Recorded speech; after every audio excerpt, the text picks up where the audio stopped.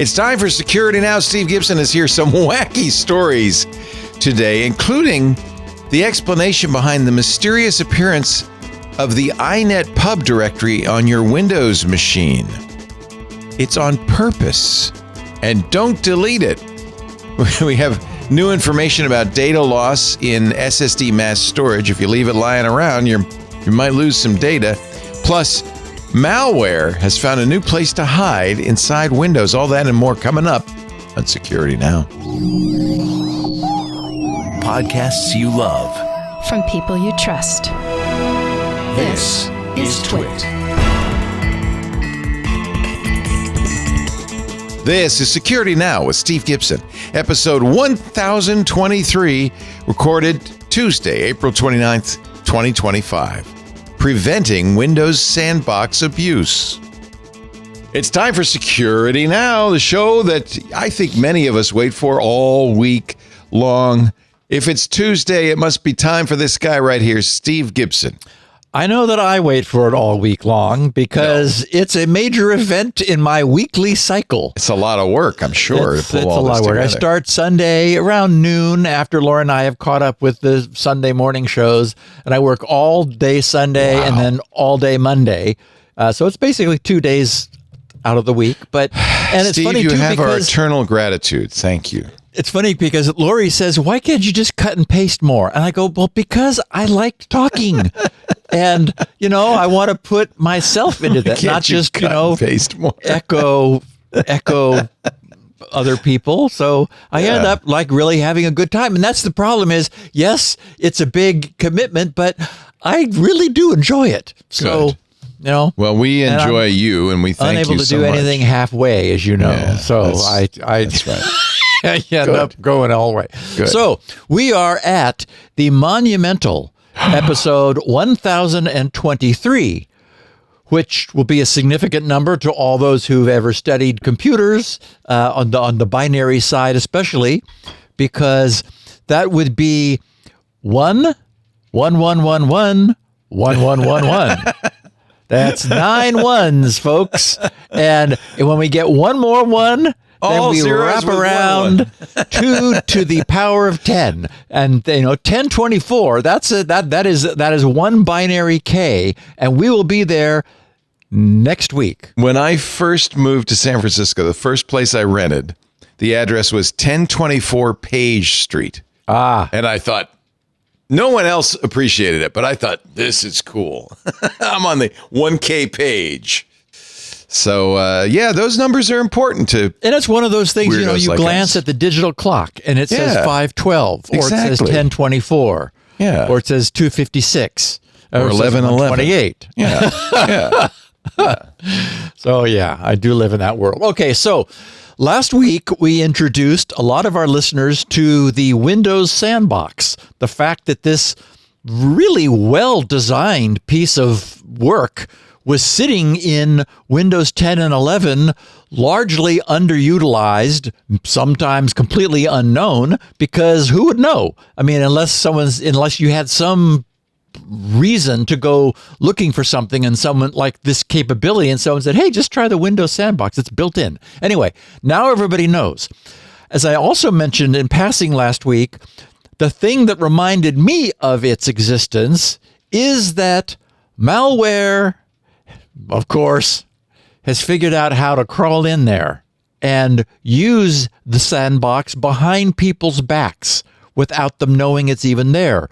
So all of that cool separation that you get, which Windows Sandbox legitimate users take advantage of, malware has figured out a way to do too.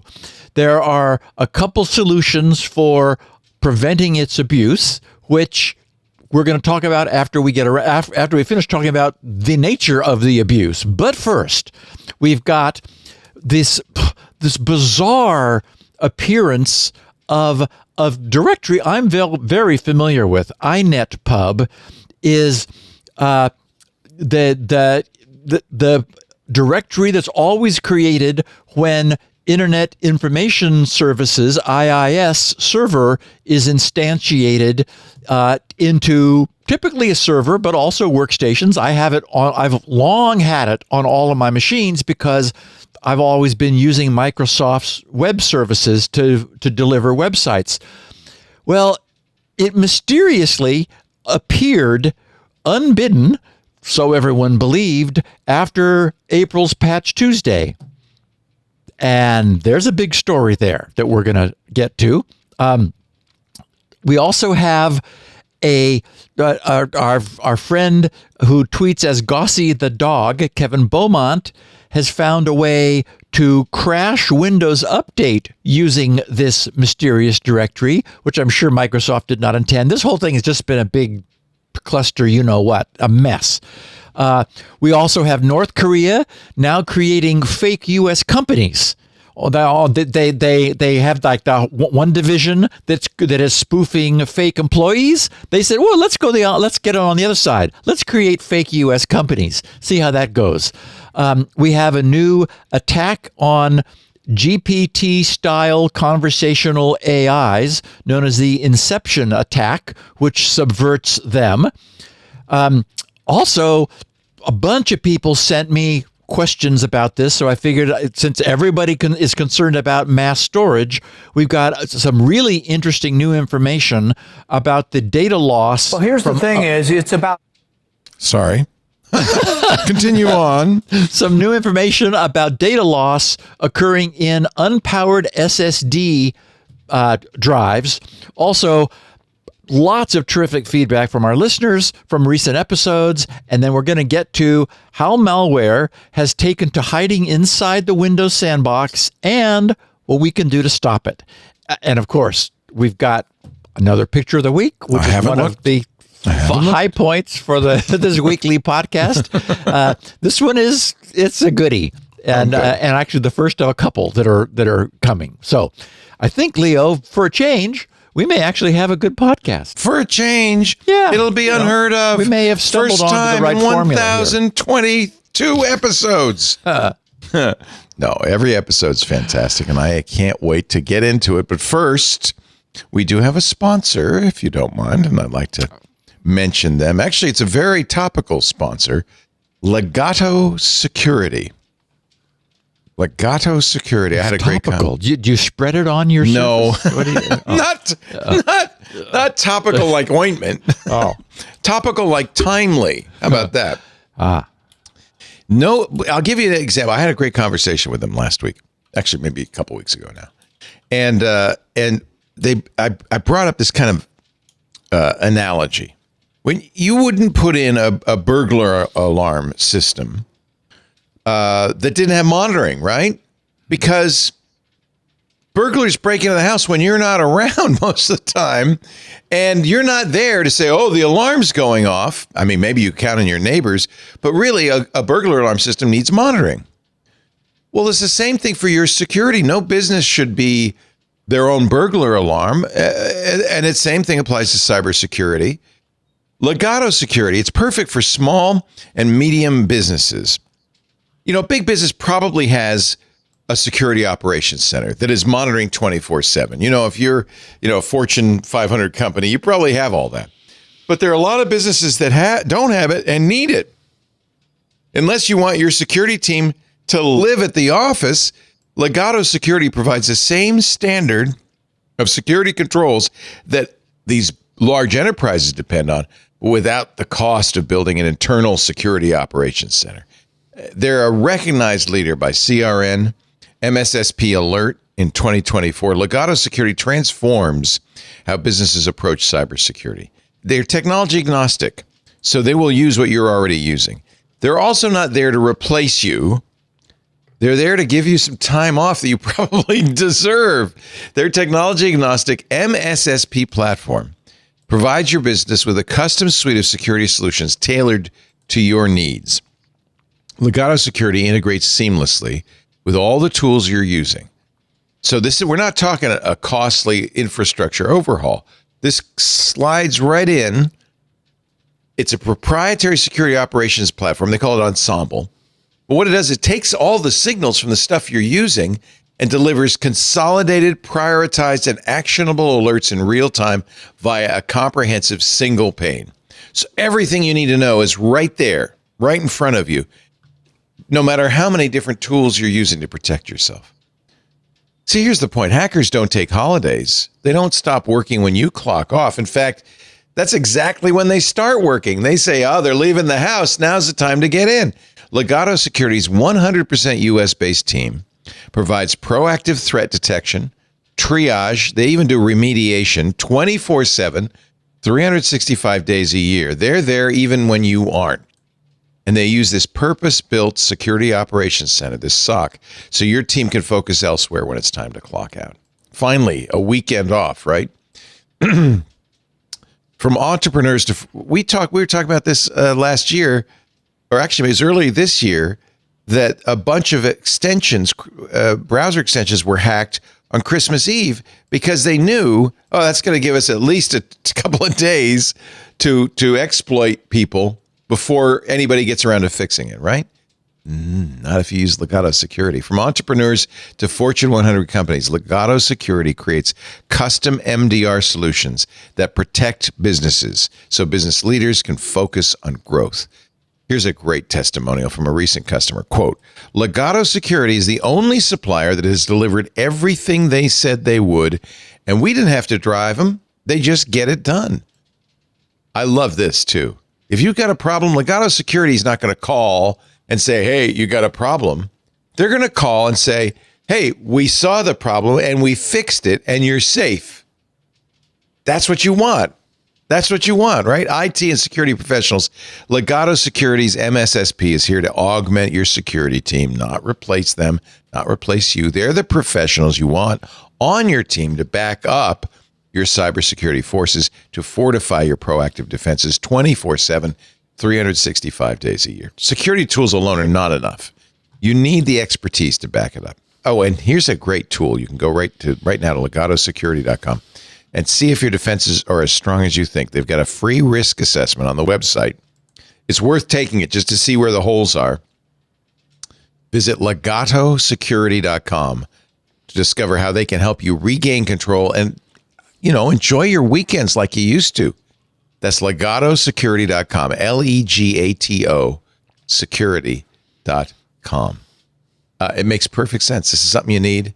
It's affordable. It's effective. legatosecurity.com. Check them out. All right, Steve, I'm ready for the world famous picture of the week. So I gave this one the caption, user interface design is an art.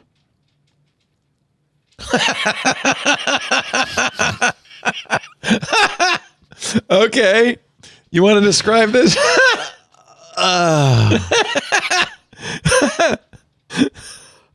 So very funny. This is obviously extremely critical. We have a bright red, fire engine red painted switch box with a toggle switch on it. And it is labeled above the switch, emergency boiler shutoff. And it is labeled below the switch, emergency boiler shutoff.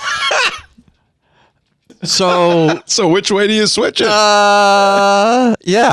I mean, and it's not like it's some fancy industrial switch. It's a light switch, you know. Well, and right now the toggle is pointing down, and so it says like in the old days. It says OFF. You can see it on the just below the little paddle down. It's right there. In relief, but. So if the boiler is in trouble, do you turn it on or turn on the shut off? Do you turn on the shut off or shut off the turn off? Yeah. Anyway, I think that I understand the logic here. Somebody isn't telling you what to do. They're just labeling this box and they want to do it twice so you wouldn't miss it. This is the emergency boiler shut off. There is no advice here about which way to switch it. It should say good luck to you. Maybe the presumption is, well, whatever position it's in now, if you're having trouble, you should just flip the switch. Right. If the boiler is not currently shut off, then do a toggle. Toggle it. Yes. That's the silliest we thing have some ADD listeners who received the show notes from me last night, and they said, I understand the point you're trying to make here, Steve, but the biggest distraction for me is that there are 2 screws missing from the cover. Okay. You're right. It's a little sloppy. I did notice that also, but it didn't distract me from the bigger problem, which is what? Anyway, yes. User interface design, Leo, is an art, and not everybody is an artist, it turns out. No. This guy. Very funny. Okay, so I first noticed a mention of this in passing like a week or two ago, but it wasn't until I focused upon catching up with all the recent news that I realized that this was something worth sharing with all of our listeners. And part of that reason, for me, like not paying that much attention to it is that, I'm so familiar with this Inetpub directory, but what's weird is that today, even now, we don't all know what this is actually all about. So, as I mentioned at the top of the show, I've been hosting websites based on Microsoft's IIS from the start. I have some. I guess it was when I was running GitLab, I was running it was running on FreeBSD Unix. So I had a web server running Apache, I think, or Nginx, actually, I think is what it was. But largely, I'm an IIS guy. When people go to Shields Up, they do the DNS spoofability test, the perfect paper passwords, all of the technology that runs GRC's various services is written in assembly code, running on a Windows server that has Microsoft IIS in front of it. So Inetpub is the directory that you always see as part of that. So I didn't think much about it when I saw this mention a couple weeks ago. But whatever's going on has confused many people who wondered why this mysterious and completely empty Inetpub directory suddenly appeared on their Windows 11 machines after this month's April's Patch Tuesday. And bizarrely, Microsoft says, nope, it's not a mistake. And the empty directory must not be deleted. Oh, come on. But they won't explain why. They still won't explain why. Now, because I was curious about this, I tried to fire up a Win11 instance yesterday, and it got tangled up somehow. So this morning, I created a brand new VM, installed Windows 11 24H2, and it's now running on the screen next to me. And I can understand why anyone who sort of like has a sense that maybe they're still in control. I would argue that that's an illusion in the case of Windows these days. But, we like to think, like once upon a time, we actually knew what the files were on our computers. But we lost that battle a long time ago. But there's not many directories on the root of a contemporary Windows machine. I've got there's perf logs, which is there. If you click on it, you get scolded. Oh, you're not allowed to look in there. But then there's just program files x86, users, and Windows. Those are there's like 4 directories. So when with no explanation, a new directory called Inetpub appears, and notice that we're rebooting and installing updates from time to time. It's not even clear.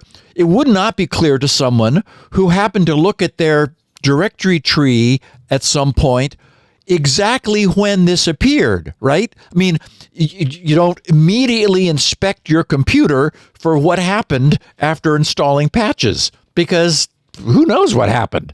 But so I can get the angst where, I would feel it if at some point, a day or 2 or 3 after doing the Patch Tuesday, there it is, Leo. That's exactly right. So you are seeing this exactly the same set of folders I'm seeing there on a fresh install of Windows 11. Let me just see if there's, this folder's empty. Nothing in there. It's empty. And if you right-click on it and go to Properties and then go to Advanced, you'll see, or Security, then Advanced, you'll see that it's owned by the system. So the system is the owner. So go Security and then hit Advanced down below there on the right. There it is. And then you can see that the owner of that directory is the system. Okay, so anyway, I can get why somebody would be very worried. I mean, like the kind of listeners we have to the podcast. If you just notice that there's a new directory on your computer, I would suspect malware. I mean, I would think, wait, what? That's exactly the kind of thing malware does. Yes. And you might be tempted to delete it. Well, and many people did. Uh-oh.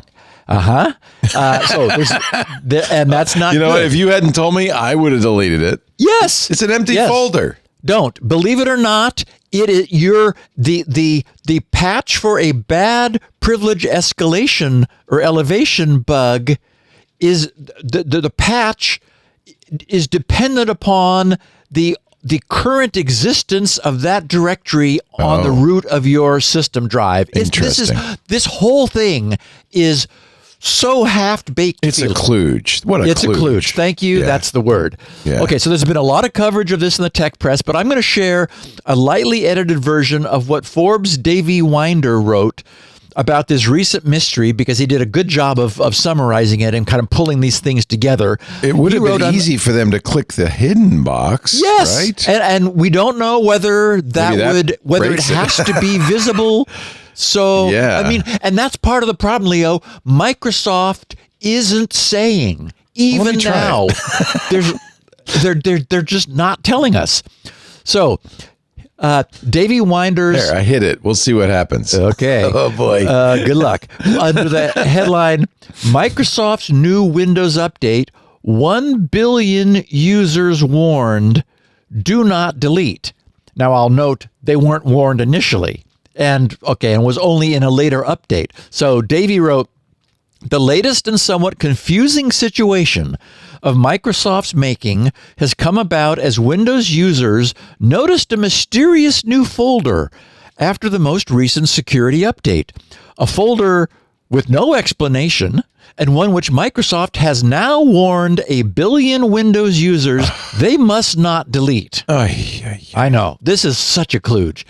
He writes, as part of the April 8th Patch Tuesday security updates, Microsoft included a fix for CVE 2025-21204. Remember that number, 21204. We'll be hearing that a little bit later. He writes, this vulnerability in the critical Windows update stack, which is responsible for the management of Windows updates, no less, could lead to an attacker to elevate privileges locally, something that the security experts at securityvulnerability.io described as posing, quote, a significant risk to organizations as the compromised systems could allow attackers to execute unauthorized actions, potentially undermining the integrity and security of sensitive information and systems operations, unquote. Davey says, I won't bore you with the technicalities of link resolution process manipulation that could enable hackers to access files and execute commands. Just know it's pretty darn serious. SecurityVulnerability.io wrote, the ability to conduct unauthorized actions can severely impact the integrity of the affected systems, resulting in potential disruptions of operations, implementation of malicious software, or further vulnerabilities being introduced into the network. Which is why Microsoft fixed it. And that's a good thing. The way that Microsoft fixed it, however, is not so good. He writes, a lack of transparency is a particular bugbear of mine when it comes to anything security related, and this vulnerability patch is no exception. The problem is that Microsoft created a new and empty folder with the security update, the appearance of which led to a totally understandable debate in tech forums and on Reddit, as well as other social media platforms. What was this Inetpub folder? How did it get there? Is it dangerous?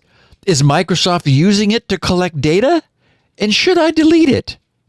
According to a new Microsoft Security Advisory update, the answer to the last of these questions is a resounding no. Microsoft warned that Windows users must not delete the Inetpub folder. Doing so would remove the vital security protections it provides, and the reason for it being created by this update in the first place. An April 10th update to Microsoft Security Advisory concerning CVE 2025-21204, entitled Windows Process Activation Elevation of Privilege Vulnerability, confirmed that, quote, after installing the updates listed in the Security Updates table for your operating system, a new System Drive /Inetpub folder will be created on your device. Microsoft went on to say, now this is 2 days after the updates and all of this furor had already resulted. Microsoft went on to say that the folder installation was, quote, part of changes that increase protection, unquote. He writes, but failed to explain precisely how. He says, what I do know is that the Inetpub folder itself usually comes as part of the Internet Information Services web server platform enabled using Windows features. But this update has created it whether the user has IIS installed or not. Okay, now I'll stop here to insert that anyone who already did have IIS installed on their machine will definitely have that directory and would be expecting to have it. If you have the IIS service installed in your machine, you cannot not have that directory. It's part of IIS. So Davey continues, more transparency is required, methinks, although not at the expense of tipping off potential attackers as to how the mitigation works, of course, which we know is ridiculous because any hackers know anything that Microsoft knows. So it's not like they're keeping this a secret, is like offering us some protection. And we know how everybody feels about security through obscurity. So he says, I contacted Microsoft for a statement, but a spokesperson informed me that there was nothing else to add other than the information contained within the security advisory at this time. What I can say, however, is that as a security wonk, I strongly urge all Windows users to follow Microsoft's advice. This folder should not be deleted regardless of whether Internet Information Services, IIS, is active on the target device. All of which is okay. But what if you have already deleted the Inetpub folder from your Windows installation? Or hidden it. Maybe. Yeah. I mean, he says, given the nature of the update and the social media conspiracy theories that surrounded it, I wouldn't be surprised if that were indeed the case for many users. He says, I have already had a number of readers contact me to say they did just that. And ask what they should do now. The answer is simple, restore it, even though we don't know why. He says the methodology required to do that is thankfully also pretty simple, as long as you complete these 6 steps as follows.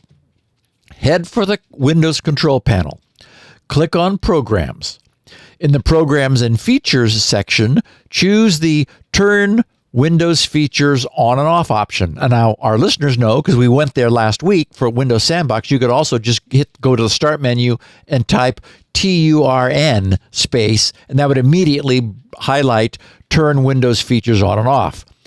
That brings you that menu that we saw last week that has Windows Sandbox on it. It also has Internet Information Services. So what's so galling, Leo, is that people, the resolution, the suggested resolution, and this is even from Microsoft, their suggestion is, if you deleted the Inetpub folder, you should install IIS on your workstation, on your Windows machine. It's like, what? That's the fix? Yes. And what do home users do? I don't think home users get IIS. No. I don't think you have that. No. So he says, tick the checkbox for Internet Information Services, click OK. He says, Windows will then whir and grind its cogs until the Inetpub folder has been restored once more.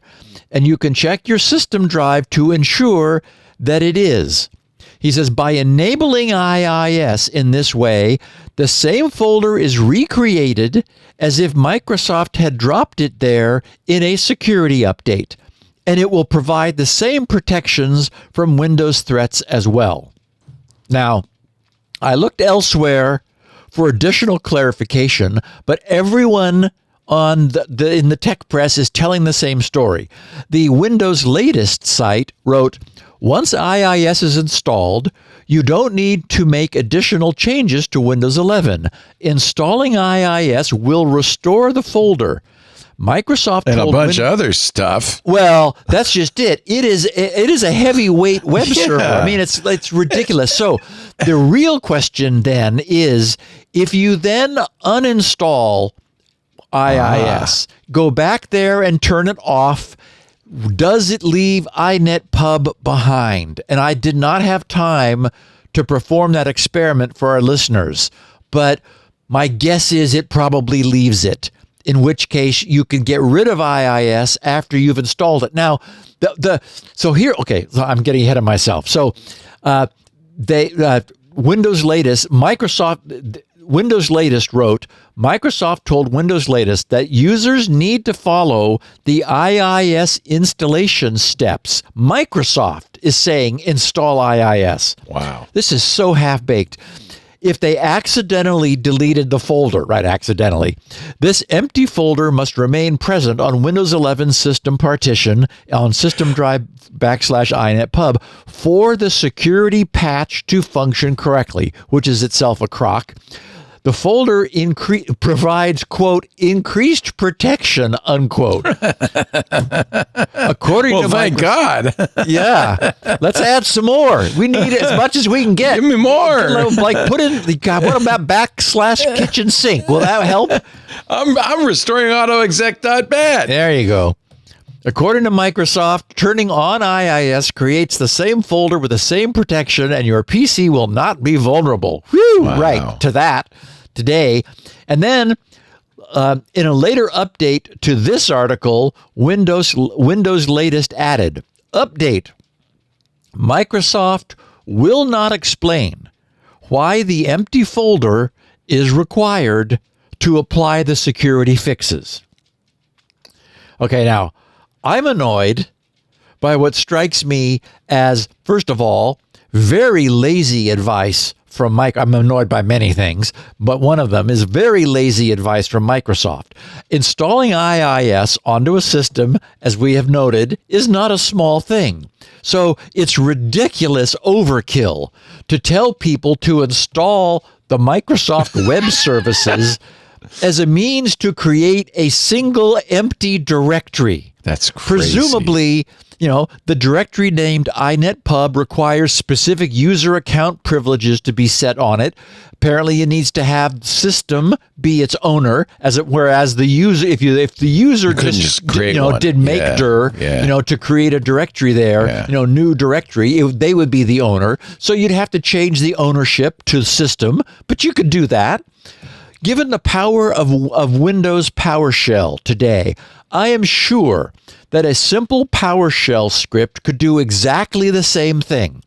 So asking people to install a full web server just to create a directory is nuts.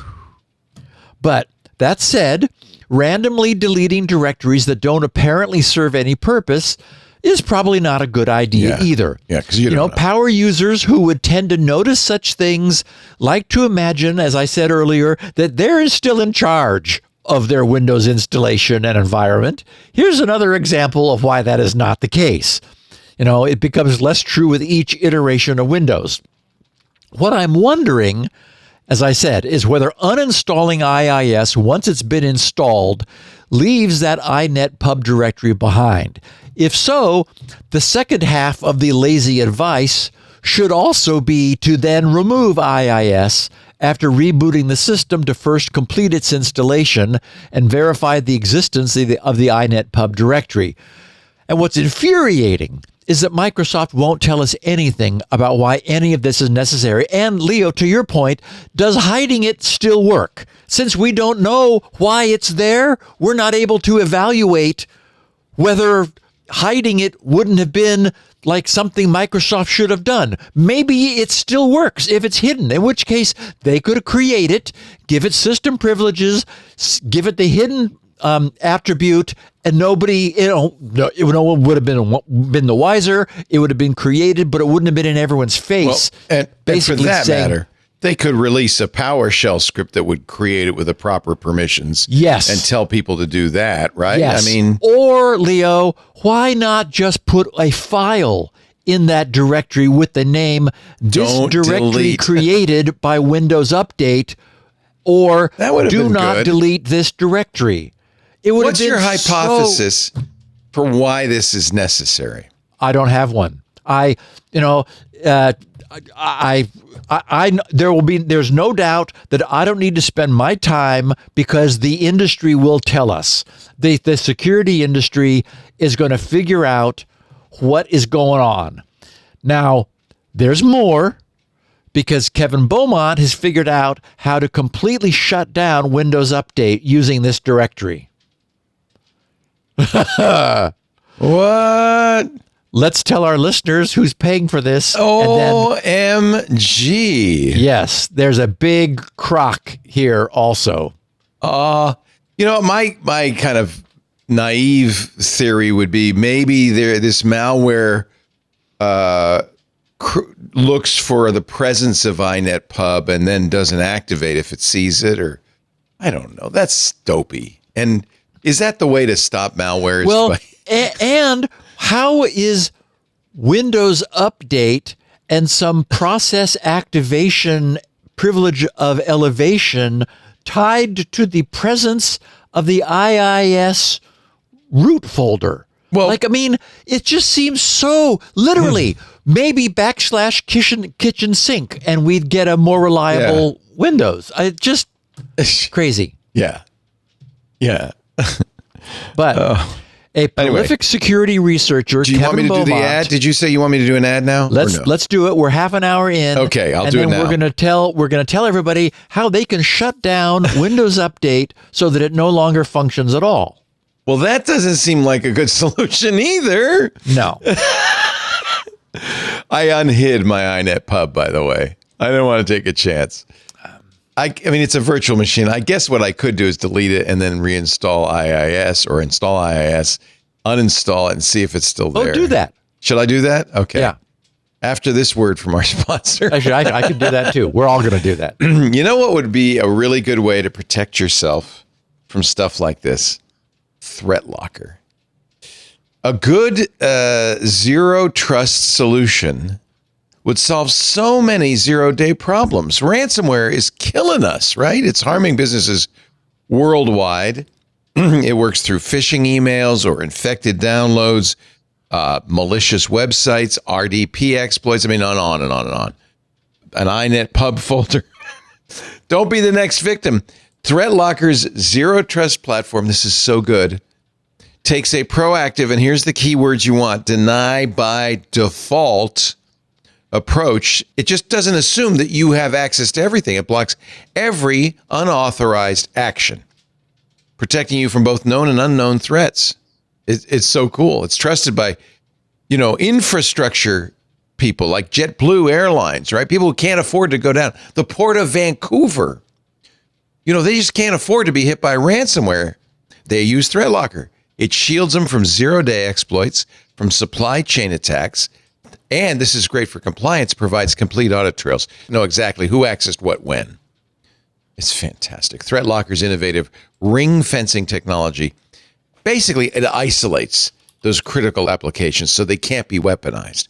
It stops ransomware cold. It also limits lateral movement, right? That's one of the big problems. Like we talked about those guys who put their ransomware on a camera that was running Linux in its firmware because the company had some pretty good protections. But the thing is, that lateral movement's the thing you got to stop. The ability to browse around and find vulnerable spots can kill you. Well, ThreatLocker limits lateral movement. It doesn't say, hey, you're inside, go anywhere you want, do anything you want. It stops bad guys cold. And ThreatLocker works in every industry. By the way, supports Mac environments. So if you have a heterogeneous network environment, you're golden. They've got great 24/7 support based in the United States. With ThreatLocker, you get comprehensive visibility and total control. Here's a quote speaking of infrastructure, from another vital service, the city of Champaign, Illinois. Their IT director, Mark Tolson, gave us this quote. He said, quote, ThreatLocker provides that extra key to block anomalies that nothing else can do. If bad actors got in and tried to execute something, I take comfort in knowing ThreatLocker will stop it. This is the gold standard in security. Stop worrying about cyber threats. Get unprecedented protection quickly, easily, and by the way, the price is right. Very cost effectively with ThreatLocker. Visit threatlocker.com/twit to get a free 30-day trial and to learn more about how ThreatLocker can help mitigate unknown threats and ensure compliance. That's threatlocker.com/twit. We thank them so much for their support of Security Now. All right. How do I turn off all updates forever and ever? Okay, I just confirmed that installing IIS and removing IIS. Oh, you did that? Inetpub, yes. All during an ad. Wow. Yep. Leaves the Inetpub directory, subdirectory in place. And with the proper permissions and all that, so you're protected. Yep. Yeah. Good. Yep. So anybody who did delete it, who was wondering what the heck this is about, I'm just checking that with the advanced, and yep, system is the owner, and there's actually a history subdirectory under it if you install IIS, but then it tells me I don't have permission to look at it, so it doesn't matter. Right. Anyway, so that will do the job. It turns out you don't even have to reboot. Yeah, so you're able to install it. By the time it finishes making the changes, it has created that directory with all the proper permissions. And then right then, you are then able to uncheck go back in to turn Windows features on and off, uncheck the IIS feature. It does it again, and then it tells you that you need to reboot now or later. But even when you come back from that boot, so only one boot to the whole thing, and Inetpub is still there. So, again, it's annoying that we don't know why, but get this, there's more. Our prolific researcher, who we frequently reference, Kevin Beaumont, who once tweeted as Gossy the Dog, he's been active for years, has posted into his blog on Medium under the headline, Microsoft's patch for, and here's the famous now, CVE 2025-21204, Symlink vulnerability introduces another Symlink vulnerability. Kevin explains, Microsoft recently patched CVE 2025-21204, a vulnerability which allows users to abuse symlinks, symbolic links, to elevate privileges using the Windows servicing stack and the C:\\inetpub folder.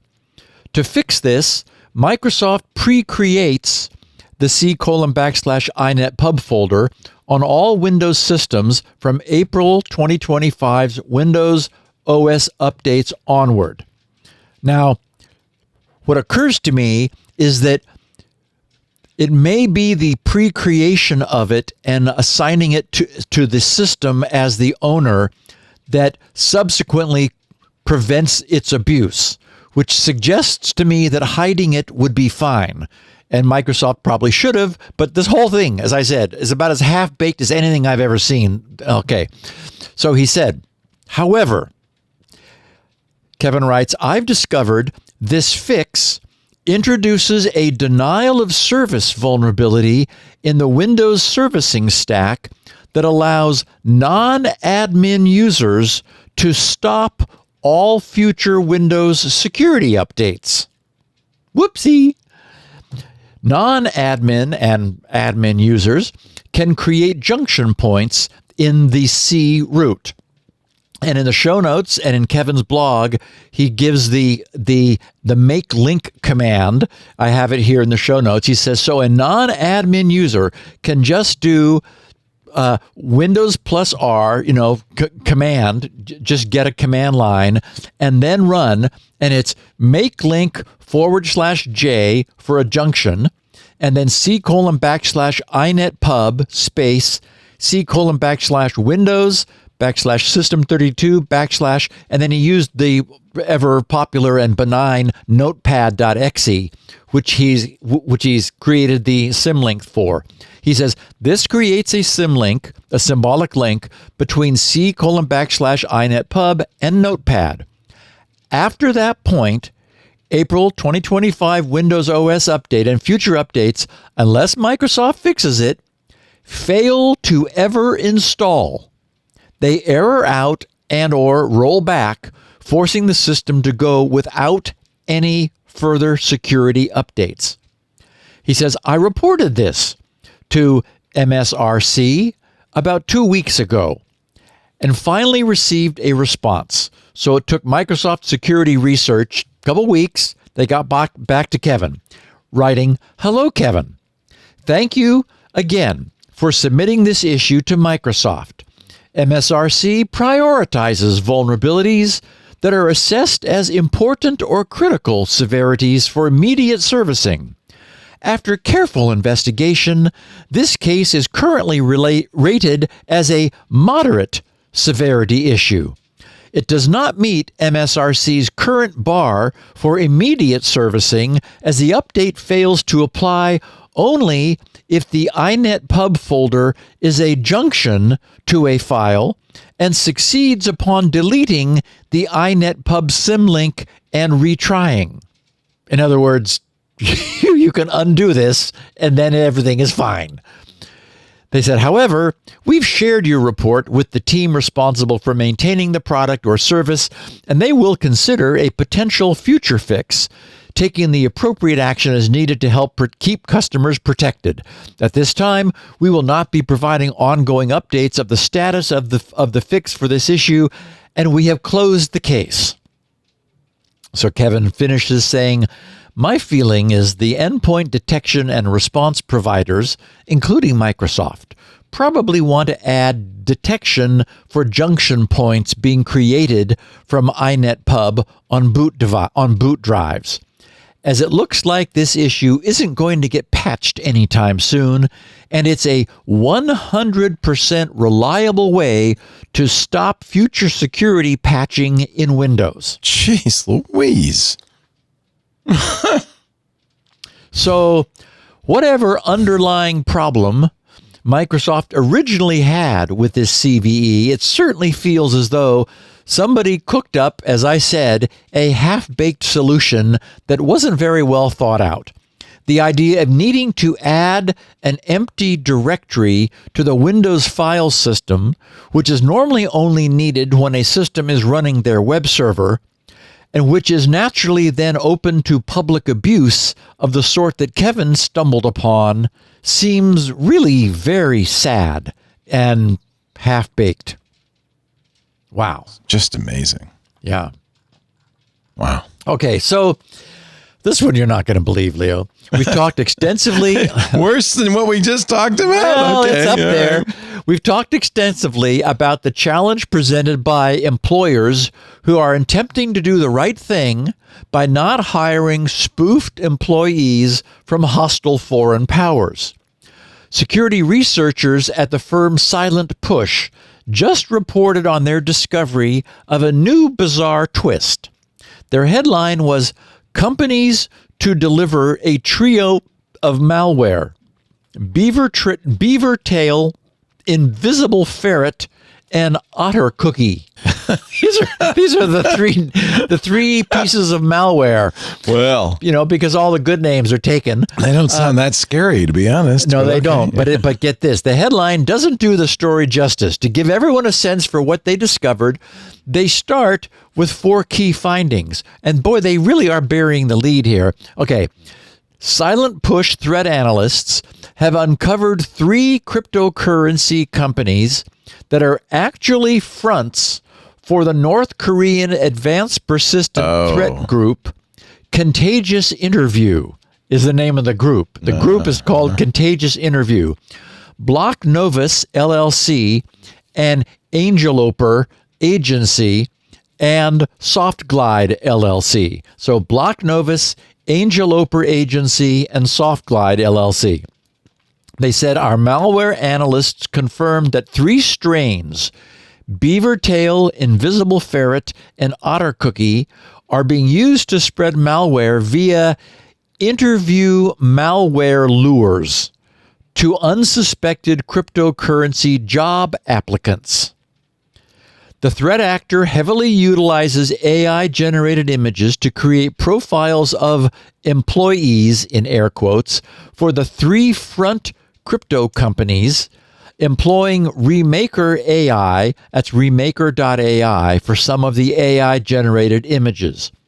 As part of the crypto attacks, the threat actors are heavily using GitHub, job listings, and freelancer websites.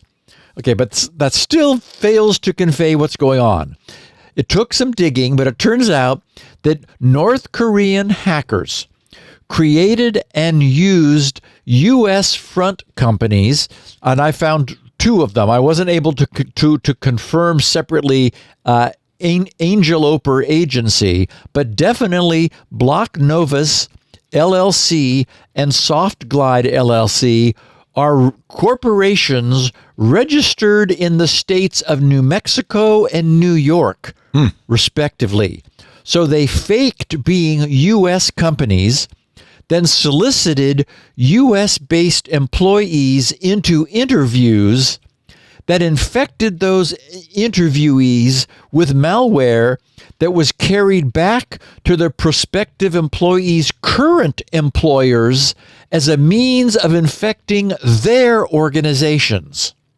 And it worked. So not only now do employers need to be very much on the lookout for spoofed fake employee applicants, but anyone interviewing for a job change needs to now be equally cautious and careful about the legitimacy of the company that says they might be interested in hiring them.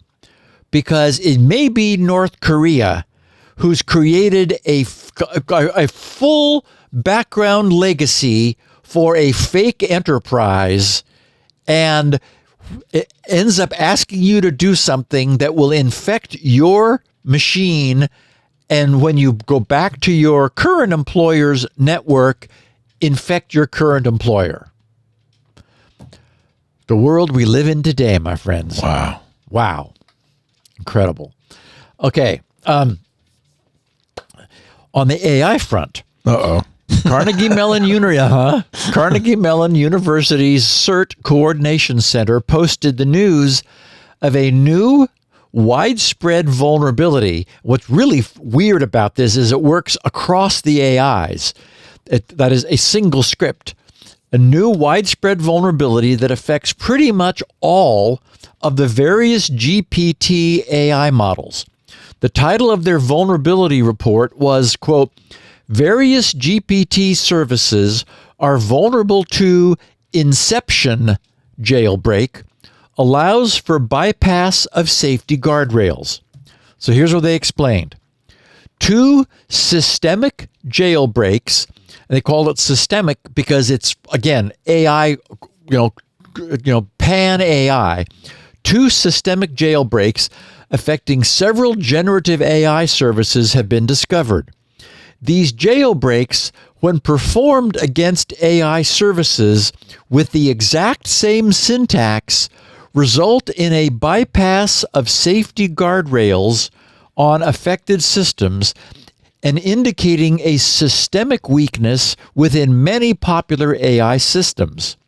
The first jailbreak facilitated, and I just love these crazy jailbreaks, facilitated through prompting the AI to imagine a fictitious scenario, can then be adapted to a second scenario within the first one. Continued prompting to the AI within the second scenario's context can result in a bypass of safety guardrails and allow the generation of malicious content. This jailbreak, named Inception by the reporter, affects ChatGPT from OpenAI, Claude from Anthropic, Copilot from Microsoft, of course, DeepSeek, Google's Gemini, Twitter's Grok, Facebook's Meta AI, and Mistral AI. That is, this single approach works across them all.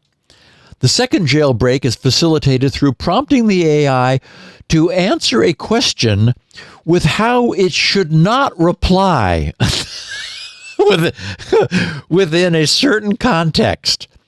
I mean, we're literally, right? We're like confusing the AIs. Answer a question with how it should not reply instead of actually asking it to reply, which it won't because it shouldn't. So no. That's not what I want you to do. I want you to tell me how you shouldn't reply within a certain context. Wow. The AI can then be further prompted with requests to respond as normal, and the attacker can then pivot back and forth between illicit questions that bypass safety guardrails and normal prompts. That second jailbreak affects ChatGPT, Claude, Copilot, DeepSeek, Gemini, Grok, and Mistral AI. These jailbreaks, writes Carnegie Mellon, while of low severity on their own, bypass the security and safety guidelines of all affected AI services, allowing an attacker to abuse them for instructions to create content on various illicit topics, such as controlled substances, weapons, phishing emails, and malware code generation. A motivated threat actor could exploit this jailbreak to achieve a variety of malicious actions. The systemic nature of these jailbreaks heightens the risk of such an attack. Additionally, the usage of legitimate services, such as those affected by this jailbreak, can function as a proxy, hiding a threat actor's malicious activity. In other words, instead of like using some dark underworld, dark web AI, we're using ChatGPT, and it told us how to mix up that chemical explosive. And I don't even know how to respond to this, Leo, other than to just shake my head and understand just what a new Wild West we have entered into here.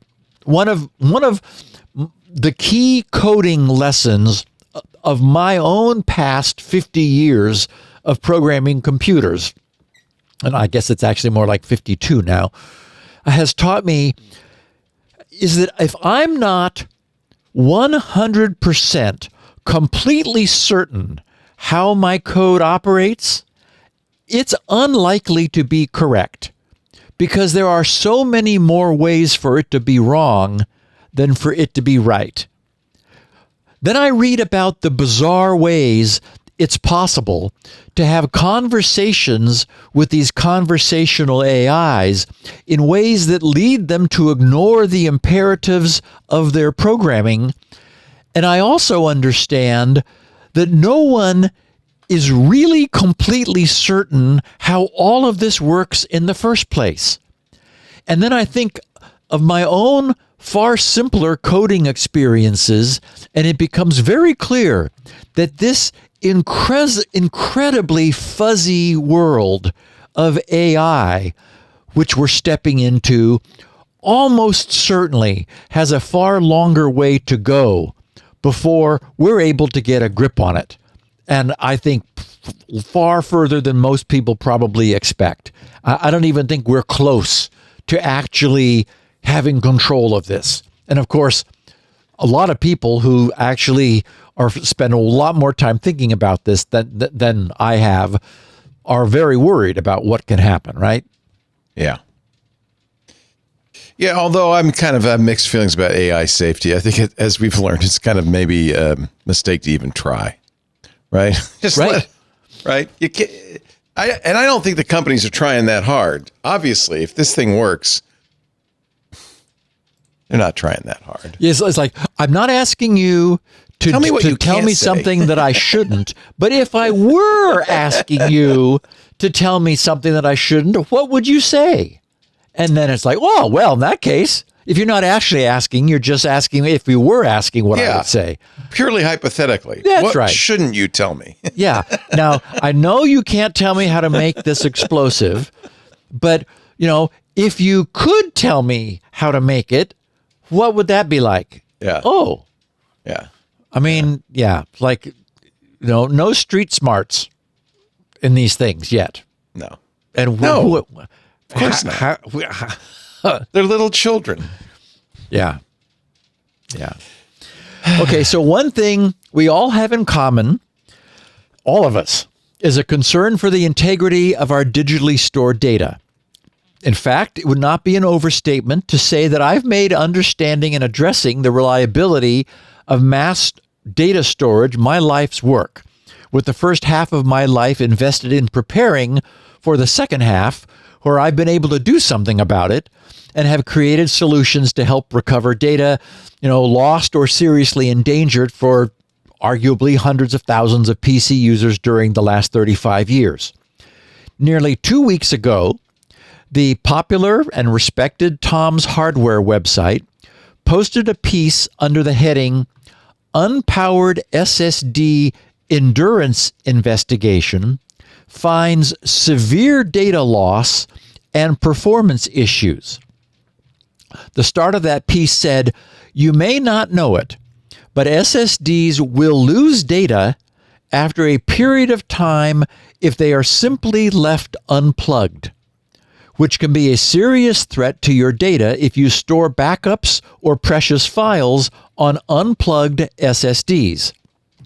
Not surprisingly, many of our listeners who are owners of SpinRite sent email wondering what I thought of the research Tom's Hardware shared. Before I share the rest of that piece, let's back up a bit. So, remember that 5 years ago, early in the development of SpinRite 6.1, I created the read speed benchmark, which I later released as freeware, as a platform for verifying the operation of SpinRite's new low-level device drivers. The read speed benchmark takes an accurate measurement of a mass storage drive's performance at 5 locations across the drive at 0%, 25%, 50%, 75%, and 100%. We all knew that spinning drives would perform much more slowly as we gradually moved toward their end, since track circumferences would be shortening, thus reducing their data transfer rate by as much as half. And that's what we now know. Today's super high density spinners have half the performance at the end of the drive because they in order to get this, to literally squeeze every last bit of data into the drive, they've had to push the tracks further toward the hub of the drive. But being entirely solid state, none of us expected to find what we did. We didn't expect to see any speed variance in SSD performance. But as we all know, that's not what we found. Many of us discovered that the SSDs our PCs were using were much slower to read near their beginnings of the drive than anywhere else. What we discovered was that those regions which were only ever read and rarely or never written had become far slower to read over time. Since the front of these drives is where the operating system is written when it's first installed, we finally knew why, for years, PC users with solid-state mass storage have been reporting that their systems seem to have slowed down over time and be running more slowly than when they were new. It turned out that it wasn't their imagination. Systems really do slow down because the reading performance of their solid-state mass storage really is slowing down. And we also know that, not just thanks to synthetic benchmarks like read speed or what's built into SpinRite, but because once SpinRite 6.1 allowed people to easily rewrite their SSDs, they reported that they could clearly feel the difference. Their machines were once again booting in seconds, where they'd slow down to, in some cases, minutes, and the various annoying lags in its use, they reported, as completely disappeared. There have been a great many theories voiced to explain this. People get themselves, I believe, all tangled up in the complexities of translation layers, wear leveling, block erasures, trimming, and all the many various technologies that have been layered on top of basic NAND storage cells in an effort to overcome those cells' inherent physical limitations. To my mind, donning my physicist's cap for a moment, there's really no mystery about why this is happening. As I've described a couple of times in the past, flash NAND memory bits are just incredibly tiny electrostatic charge storage cells. They consist of a tiny bit of metal, which gives electrons a place to sit, surrounded by insulation, which keeps those electrons from wandering off. When we wish to change what's stored in that bit cell, we first create a high voltage. Remember that voltage is electrostatic pressure. So we create a high pressure that's able to break down the cell's insulation to inject some electrons across that insulation into that cell. The electrons that were injected under high pressure then remained there, trapped behind the cell's insulation. At that point, the magic of what's known as field effect transistors allows the effect of the resulting electrostatic field created by the charge which has been trapped in that cell to be sensed. So we're able to later read out what was previously stored there. So that's the whole magic of flash memory. That's how it works. And overall, this is an astonishingly effective technology, but it has one fundamental problem.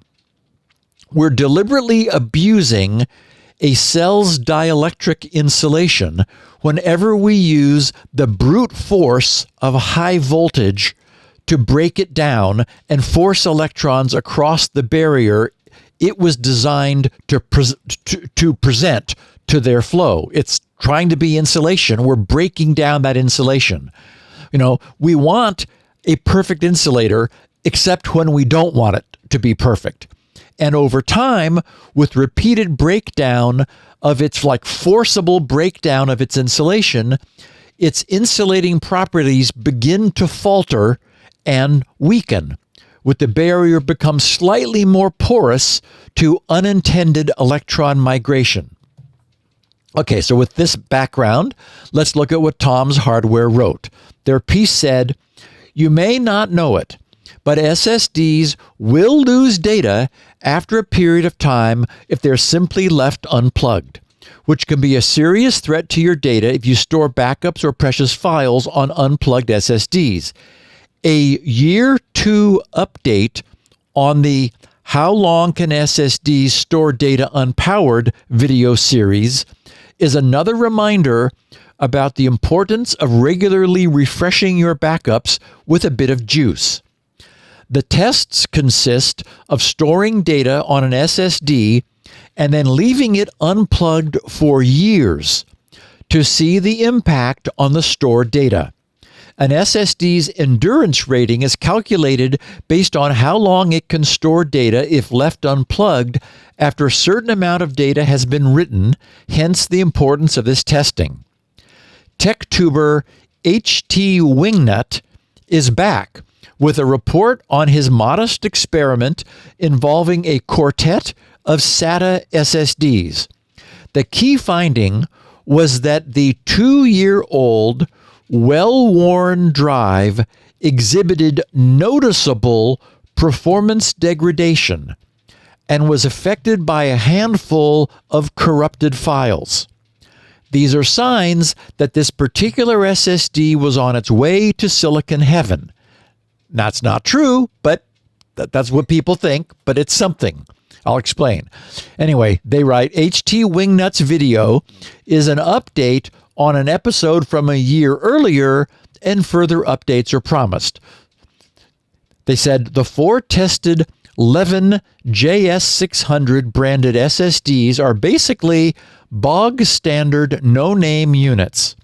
HT Wingnut says they're all TLC SSDs with 128 gig capacity and rated to withstand 60 terabytes of written data.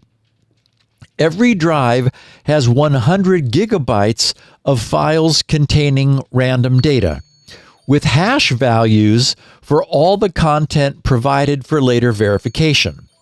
Now, I'll just interrupt again to note that this is not how I would conduct such a test, since the file system's metadata that's being relied upon to access these files is sharing the same medium as the files it's managing. And you really don't want a file system involved at all. What you care about is the underlying medium. The right way to do this would be to use a pseudo-random function to generate a stream of pseudo-random data that would then be written to the raw media.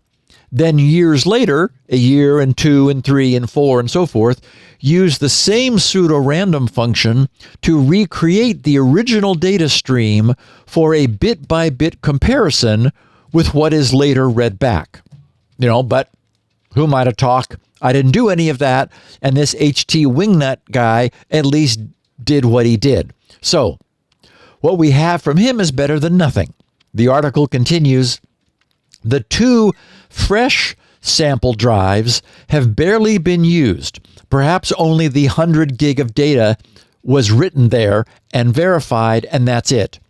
Meanwhile, the 2 worn drives had been subjected, and this is before the testing began, they were subjected to 280 terabytes of written data churn, much more than their rated 60 terabytes endurance rating. So this guy deliberately, really, overwrote them in order to fatigue them before beginning this experiment. They said if you watch the previous year 1 video, you'll have seen there were no issues with either worn or fresh drives. He says, however, time has now taken its toll. He says, let's take a look at the year 2 samples in turn. He said, for the fresh SSD tests, the data on this SSD, which hadn't been used or powered up for 2 years, was 100% good on initial inspection. All the data hashes verified, but it was noted that the verification time took longer than 2 years previously. HD Sentinel tests also showed good, consistent performance for a SATA SSD. Digging deeper, all is not well, though. Firing up Crystal Disk Info, HT Wingnut noted that this SSD had a hardware ECC recovered value of over 400.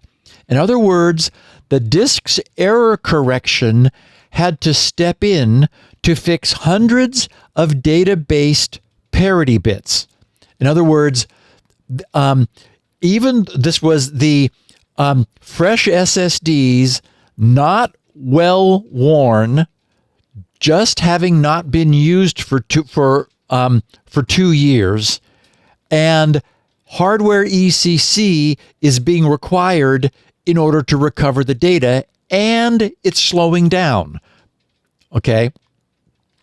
According to HT Wingnut, they write, seeing these error means the SSD is on its way out. Again, no. Everybody gets this wrong, but I understand the way it looks. It's just the data has been leaking. It's just leakage, which, as you get older, it's can not become hardware. a problem. Yes. It's not hardware failure. It's just the data needs to be refreshed. That makes sense. Exactly. Yeah. They said, indeed, if there is anything iffy about your data storage integrity, it is at least a warning. However, the errors could also have something to do with the drive being left unpowered for 2 years. Again, I don't think so. That could even be a problem because if it were powered up, it would be hotter. And heat is something nobody remembers to think about. Anyway, I have a chart in the show notes for anyone who's interested who shows, and the chart shows what the various testing times were and how it was indeed way worse on the worn drive that had a lot of data written to it, because all of that excessive data, again, it rewrote the entire drive. It was a 128 gig drive, and they wrote 280 terabytes. So it really worked the drive well past its endurance rating. They wrote, as the worn SSD's data was being verified, there were already signs of performance degradation. The hashing audit eventually revealed that 4 files were corrupt. Hash did not match. Looking at the elapsed time, it was observed that this operation astonishingly took over 4 times longer, up to 10 minutes and 3 seconds to 42 minutes and 43 seconds. Again, not surprising to anyone who has seen this happen, for themselves. Further investigations in HD Sentinel showed that 3 out of 10,000 sectors were bad and performance was spiky. Returning to Crystal Disk Info, things look even worse.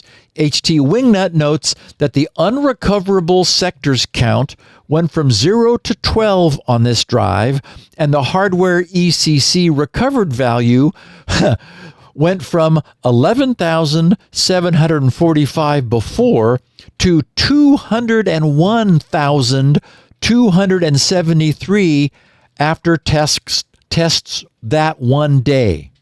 So more than 200,000 ECC recoveries. So they said, in summary, the year 1 fresh and well-worn drives had no issues. However, the year 2 heavily worn SSD had file corruption and performance was poor. The so-called fresh drive was still good, but ECC figures still raised concern. Come back in late 2025, they wrote, for the next update from HT Wingnut. And they finish, we also want to say that this is a very small test sample highlighted out of our interest in the topic rather than for its hard empirical data. He said, I've also experienced SSD data loss after leaving a mini PC unpowered for just 6 months or so at my pied-à-terre in Taiwan. On return, Windows refused to boot or be repaired, but a reformat and reinstall seemed to return everything to normal. Right, because there was nothing actually wrong with the drive. So I have a link in the show notes to HT Wingnut's YouTube video for anyone who is interested. Everything that we just saw, everything he found perfectly matches the model I've developed and shared about what's going on with our SSDs. The reason we see the performance drop when attempting to read data that was written long ago is that those microscopic, tiny electrostatic charges stored in the SSD's NAND bit cells have partially leaked away. This very slightly changes the voltages stored in the cells and forces the flash controller to work much harder to recover and reread the original data. We sense this by seeing the SSD's performance drop. If you ever notice a drop in SSD performance, that's the time to rewrite its data. You'll want to do so before that data becomes completely unreadable.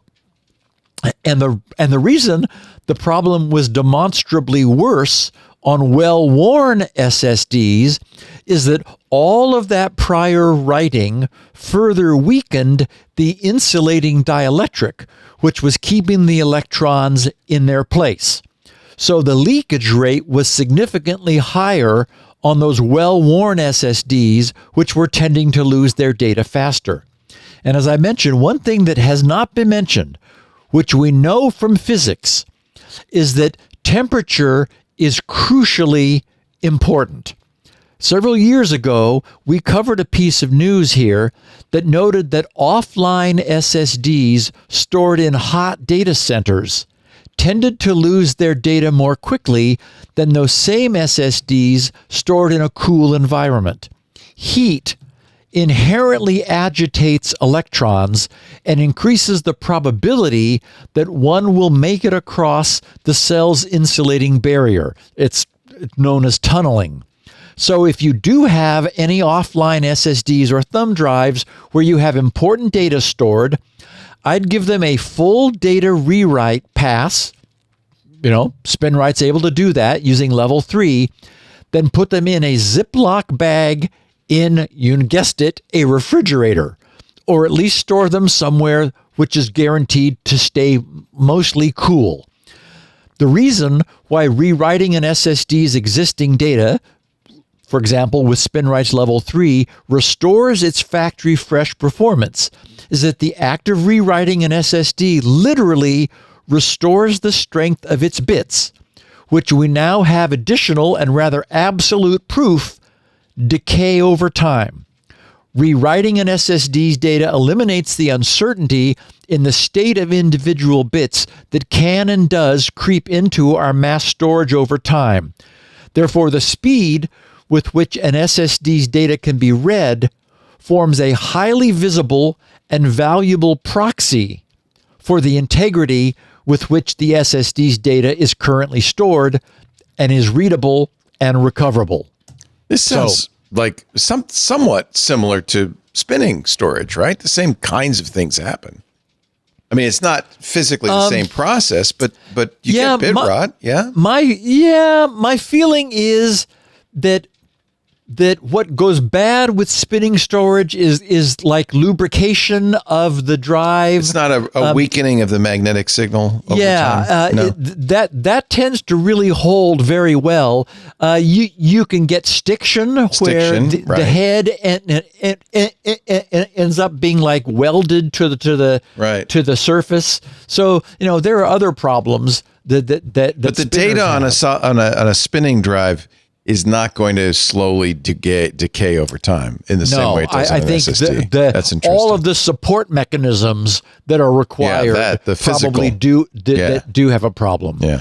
So again, your 3-2-1 backup strategy is what you really want. You want to have a hierarchy of backup, but I wanted to take this opportunity just because this was perfect evidence of the fact that what we discovered to our surprise when we began playing with the development of 6.1 was that the front of SSDs had slowed down. Right. And it was like, what the heck? Why? Right. And now we know.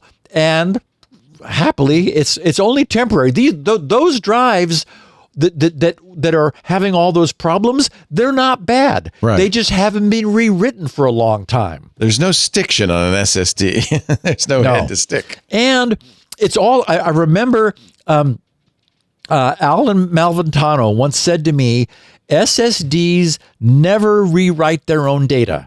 That's not something they do. So having the drive powered up arguably keeps it warmer. And I think it causes it to lose data more quickly.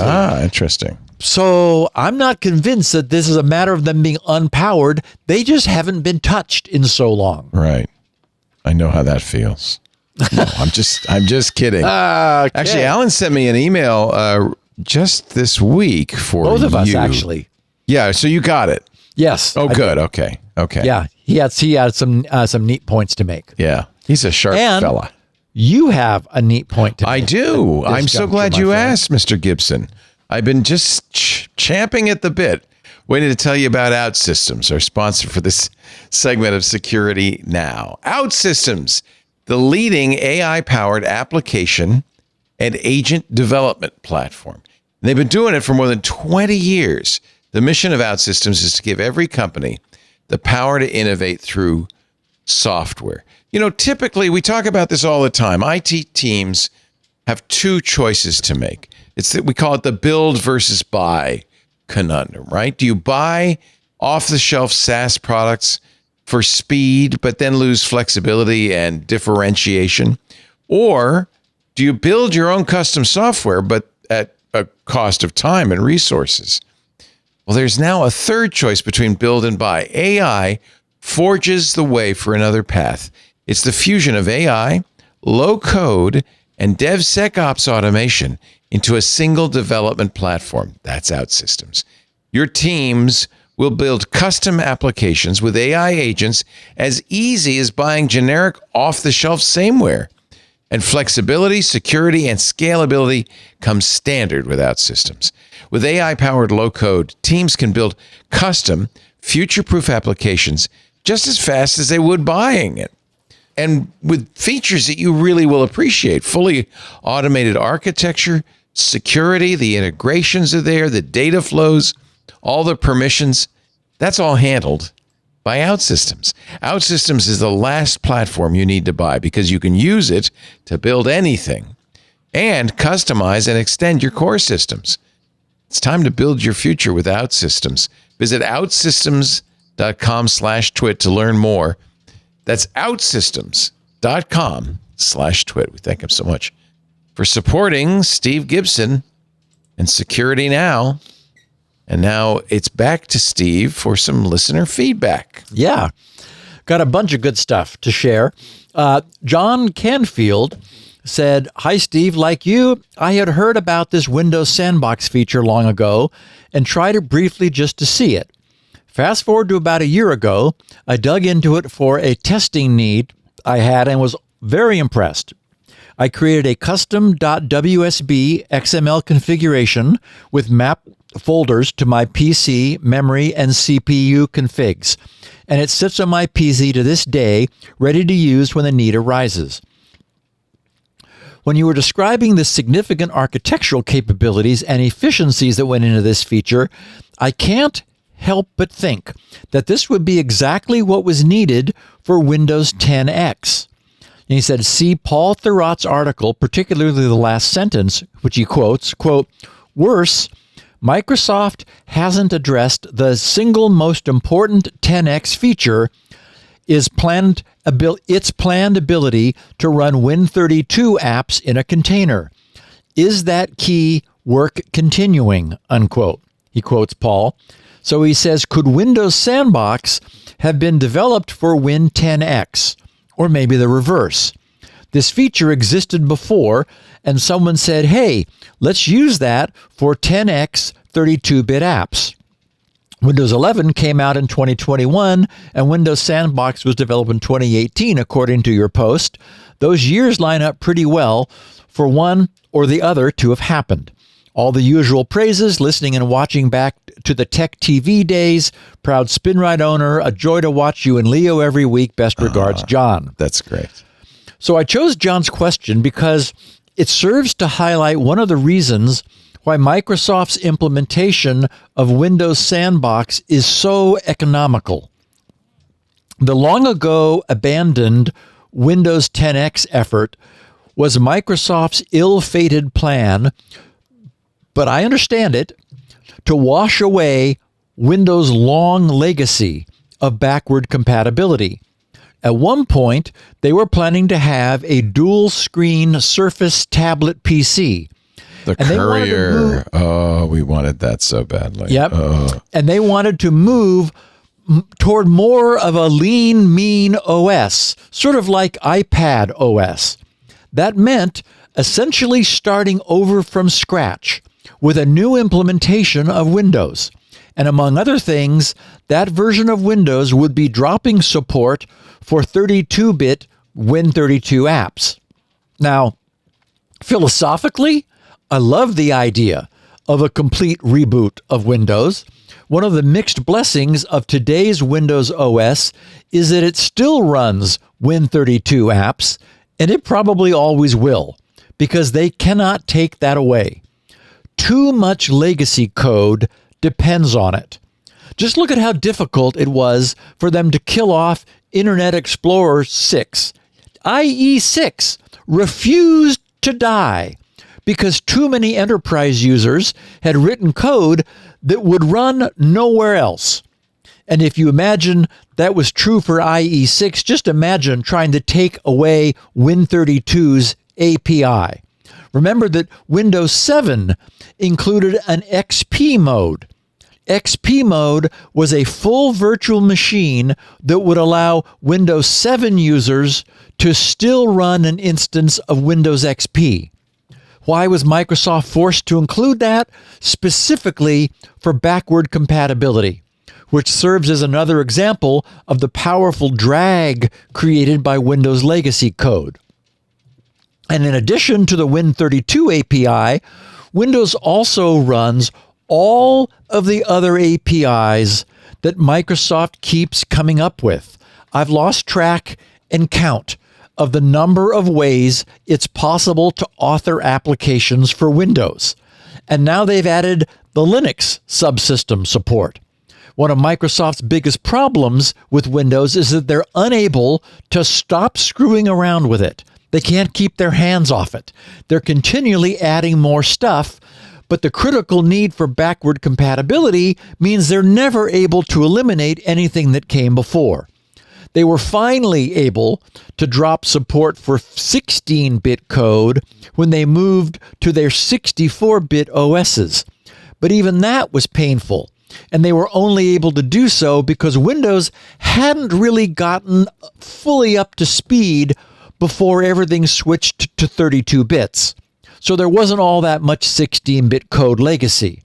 So as I said, philosophically, I love the idea of a massively simplified single API rewrite of Windows to create something truly lean and mean. But that's just a pipe dream. It's never going to happen because that would, what would remain would not be useful to anyone. And once smart people at Microsoft realized that, the Windows 10X project was dropped. So John asked whether the Windows Sandbox might have in some way been part of the Win 10X project. But I can't see how. What makes the Windows Sandbox so special is that it manages to surface an exact duplicate instance of the underlying OS in a sandboxed environment. It reuses the hosting OS's read-only files and even the underlying host OS's code, which is loaded into RAM. And that's the entire key behind Windows Sandbox. So if anything like the Sandbox were to run on top of Win 10X, it could only be an exact clone of the OS it's running on. So it would be unable to, for example, support legacy APIs that had been removed through a host OS rewrite. And again, I think Microsoft has probably given up the idea of ever getting rid of their legacy APIs. Hopefully they just leave them alone and they don't, wreck them. Because there's just too much old code there that depends upon the older support. Antoine Chopin said, "Hello, Steve. Thank you for Security Now.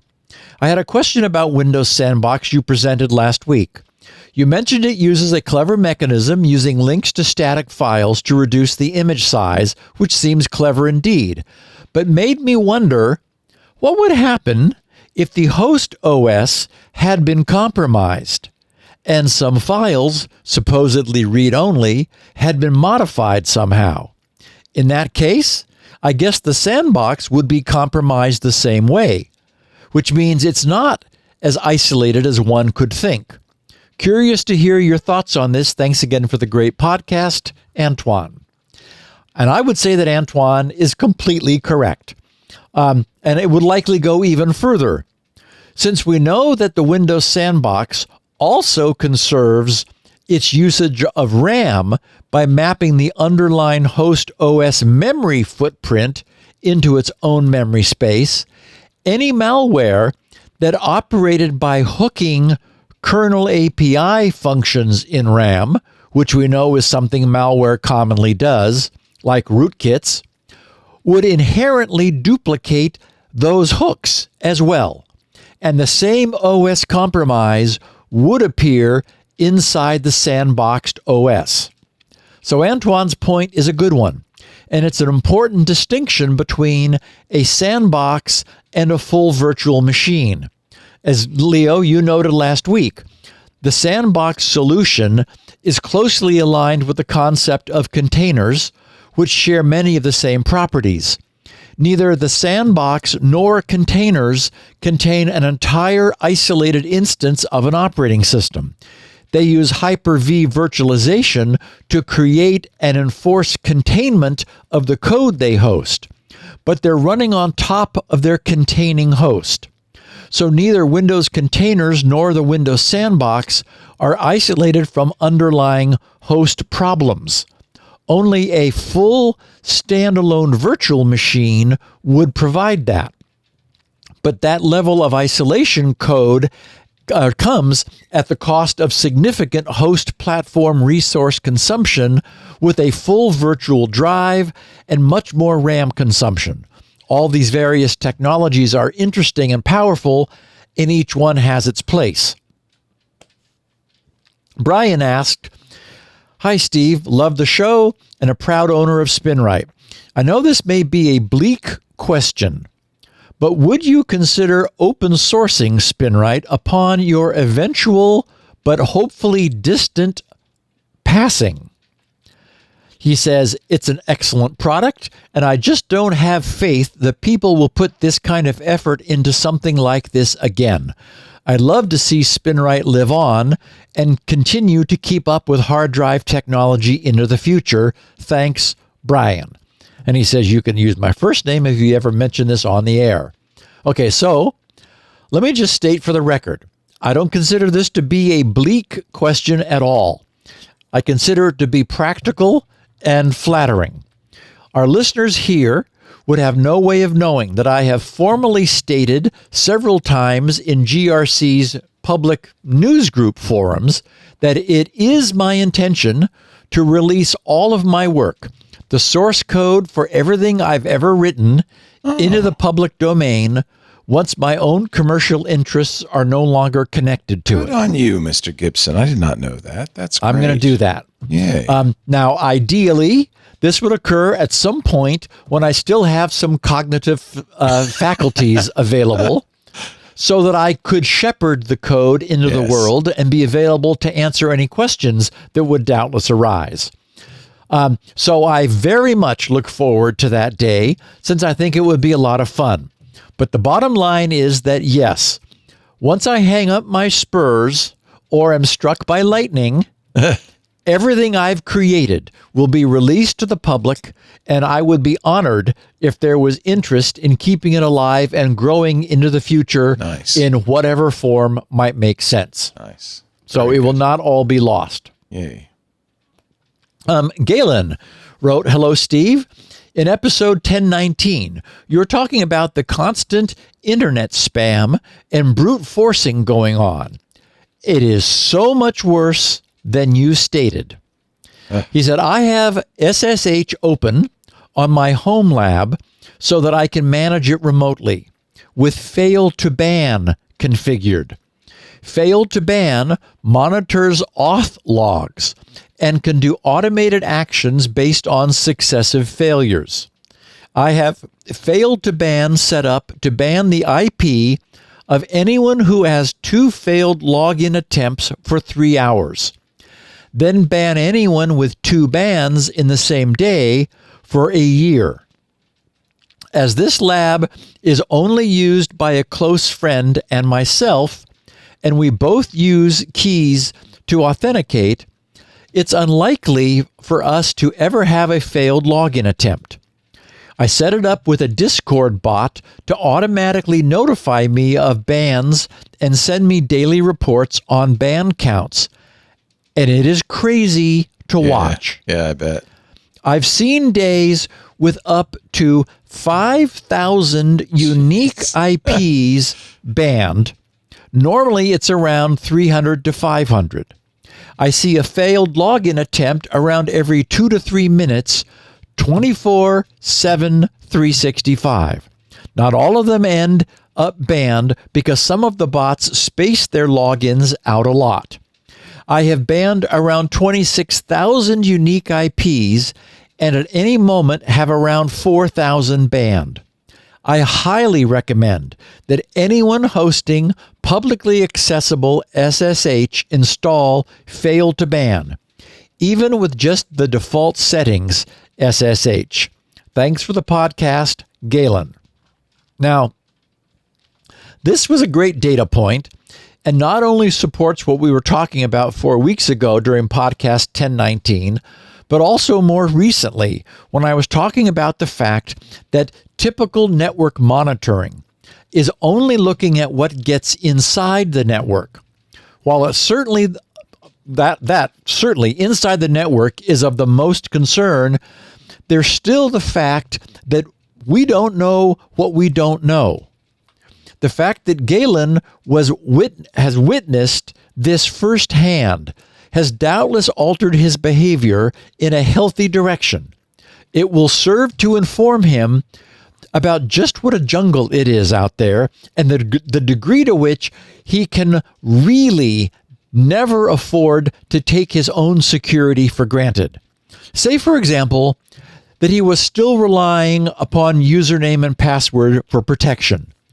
If he didn't already know better, and he does, but if he didn't, seeing the truth about how much attention his own SSH server is drawing would doubtless motivate him to take the time to be as secure as he could possibly be.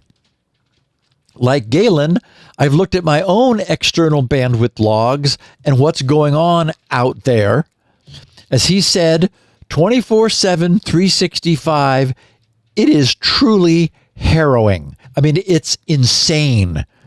We talked a few podcasts ago about the abuse of login attempts to Microsoft Outlook and how wrong it feels that Microsoft are not providing better abuse protection.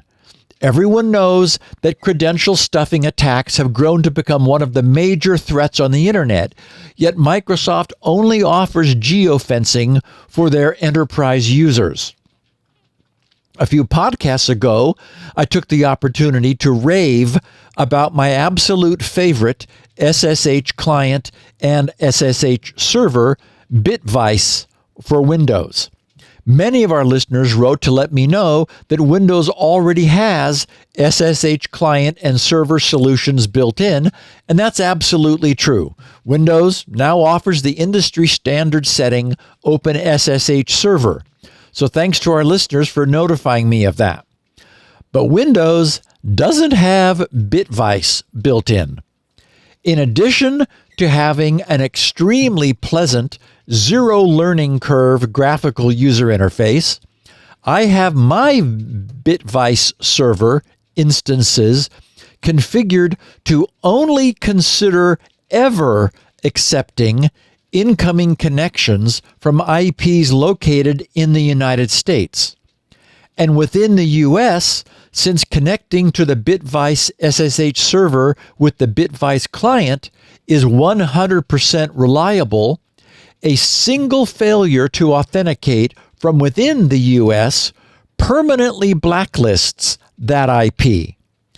And just so that I'm not locked out in the event that I fumble finger the connection at the client end, I have permanent whitelist IP overrides for the two IPs I would probably always be connecting from. As I've mentioned previously, my two cable modem IPs are extremely static. And all of that is after configuring the server to only accept authentication via a public-private key exchange challenge. Finally, all of that was done with a few clicks of a mouse while browsing the BitVice user interface.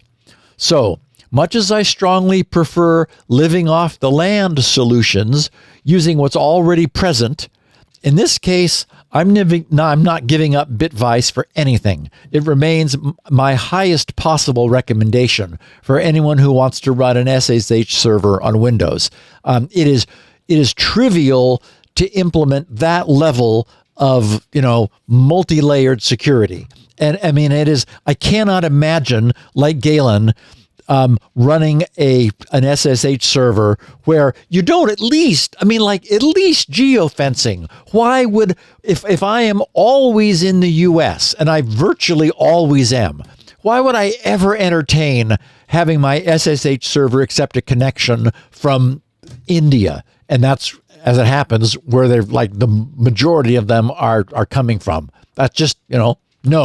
And it's easy to just click a button and say, US only, thank you very much. And speaking of the utter mess that the internet is outside of our walls, we have a note from Matt Davis. But before this, Leo, since we're at an hour and a half in, sure, let's take a break, and then we're going to continue with some great feedback from our listeners. You're going to like this next sponsor, brand new sponsor on the show. Yay. And they do a very clever way to train your employees not to click on a phishing email. Very good. They gamify it, so it's fun. I'm talking about HoxHunt, HoxHunt.com. As a security leader, I'm talking to you. You get paid to protect your company against cyber attacks, right? But it's getting harder and harder, more cyber attacks than ever.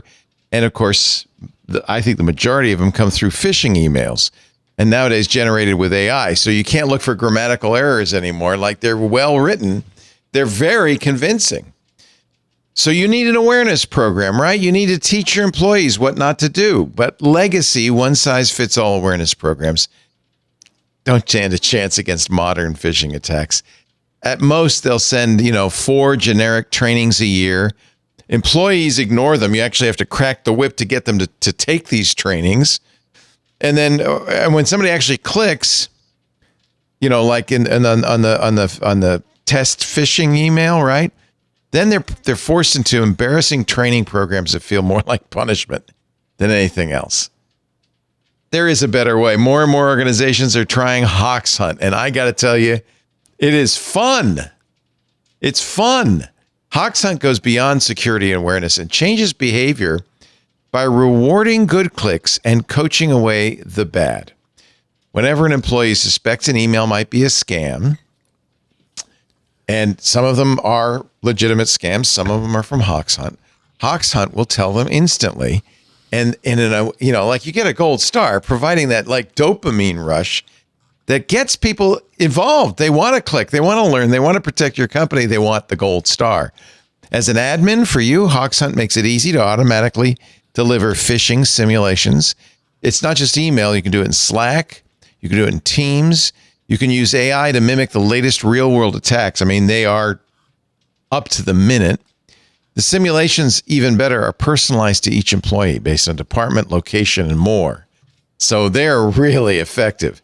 And while instant micro-trainings solidify understanding and drive lasting, safe behaviors, you can even trigger gamified security awareness training that rewards employees with stars, with badges, boosting completion rates, ensuring compliance. You actually get it. In fact, the HoxHunt people told me this. The employees say, "Give me more, give me more, give me more." This is great. It's like duck hunting, right? You're going, "Oh, I got one. Choose from a huge library of customizable training packages.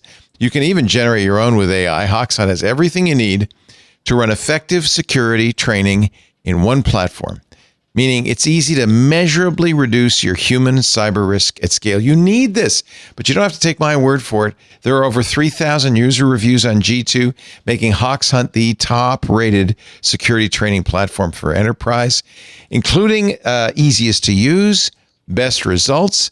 It's also recognized as a customer's choice by Gartner, and thousands of companies like Qualcomm, AES, Nokia use it to train millions of employees all over the globe. This is so much fun. You actually can go to the website and get a simulation. You can see how this makes it fun for your employees to be smart, to learn, to protect you. Visit hawkshunt.com/security now today to learn why modern secure companies are making the switch to HawksHunt. hawkshunt.com/security now. It really works, and it's so much fun. hawkshunt.com/security now. Fun and effective. That's kind of a good combination. Okay, Steve, on we go. And a great advertiser for the podcast. Isn't it? It's perfect, right? It's exactly what everybody needs. Yeah. Okay, so this is a great piece from a listener of ours, Matt Davis, who said, "Hi, Steve.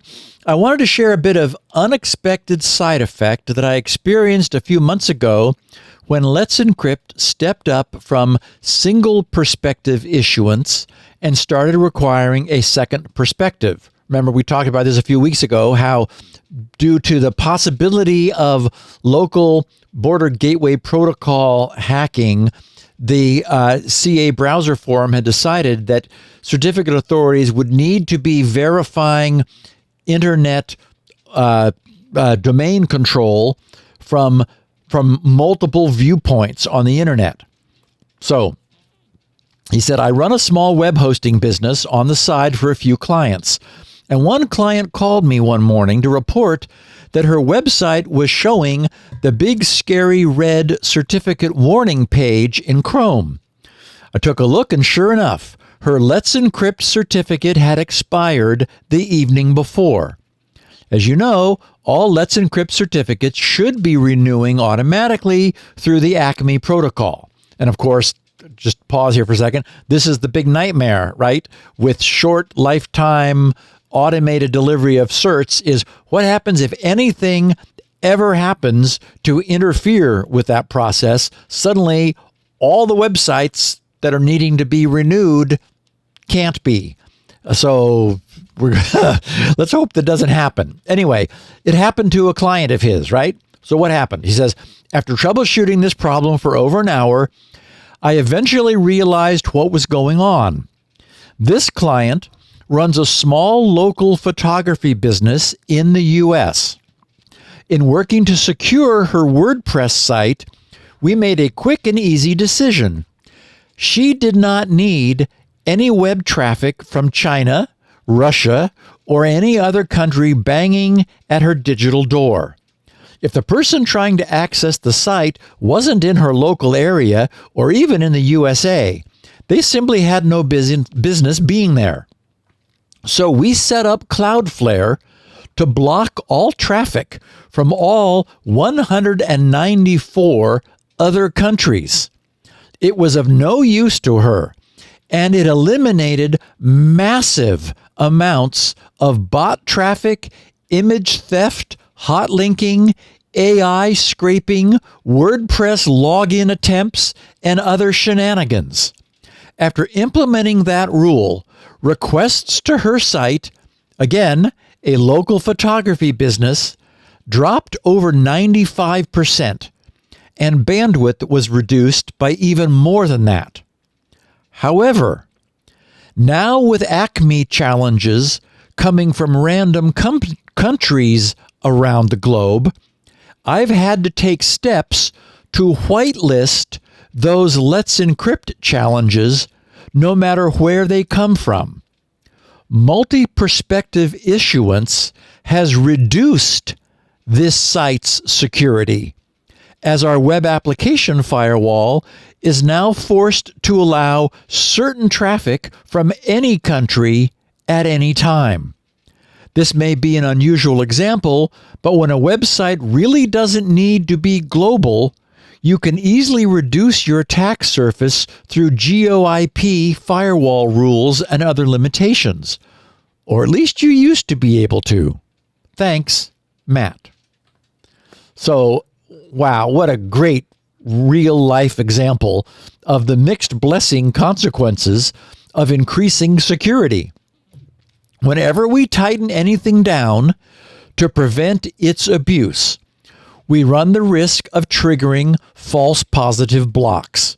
In my own example of super tightly locking down my own access to my Bitvice SSH server instances, I was acutely aware that, yes, there would be some risk that I might lock myself out of my own server, but that was a balance that I judged to be easily worth the risk. In the multi-instance or in the instance of multi-persistence issuance corroboration, which was the title of our podcast a few weeks back, we've only heard from one of our listeners just now, Matt. And thanks for sharing that, Matt. What a great story.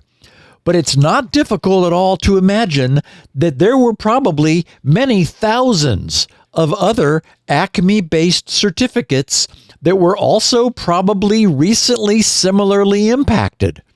And Matt's right that by needing to allow a subset of queries from anywhere through to his client's server so that it's able to authenticate its control of the domain, he has been forced to reduce that website's overall security. And if Matt were to tighten down on the class of foreign queries that were allowed to reach the server so that only those qualifying were allowed, that is, if he were to be really specific about what his server accepted, then any change that Let's Encrypt might make to their own query protocol could again cause a breakage. We're living in a world of trade-offs. One thought I had, and I imagine this probably occurred to Matt, he didn't say, was that Let's Encrypt queries over port 80 using HTTP are what are generated. That is to say, it makes sense, right? Since port 443 is what you're trying to provide a certificate for, Let's Encrypt's Acme protocol works over port 80, which is not encrypted. It itself does not require encryption in order to do its job.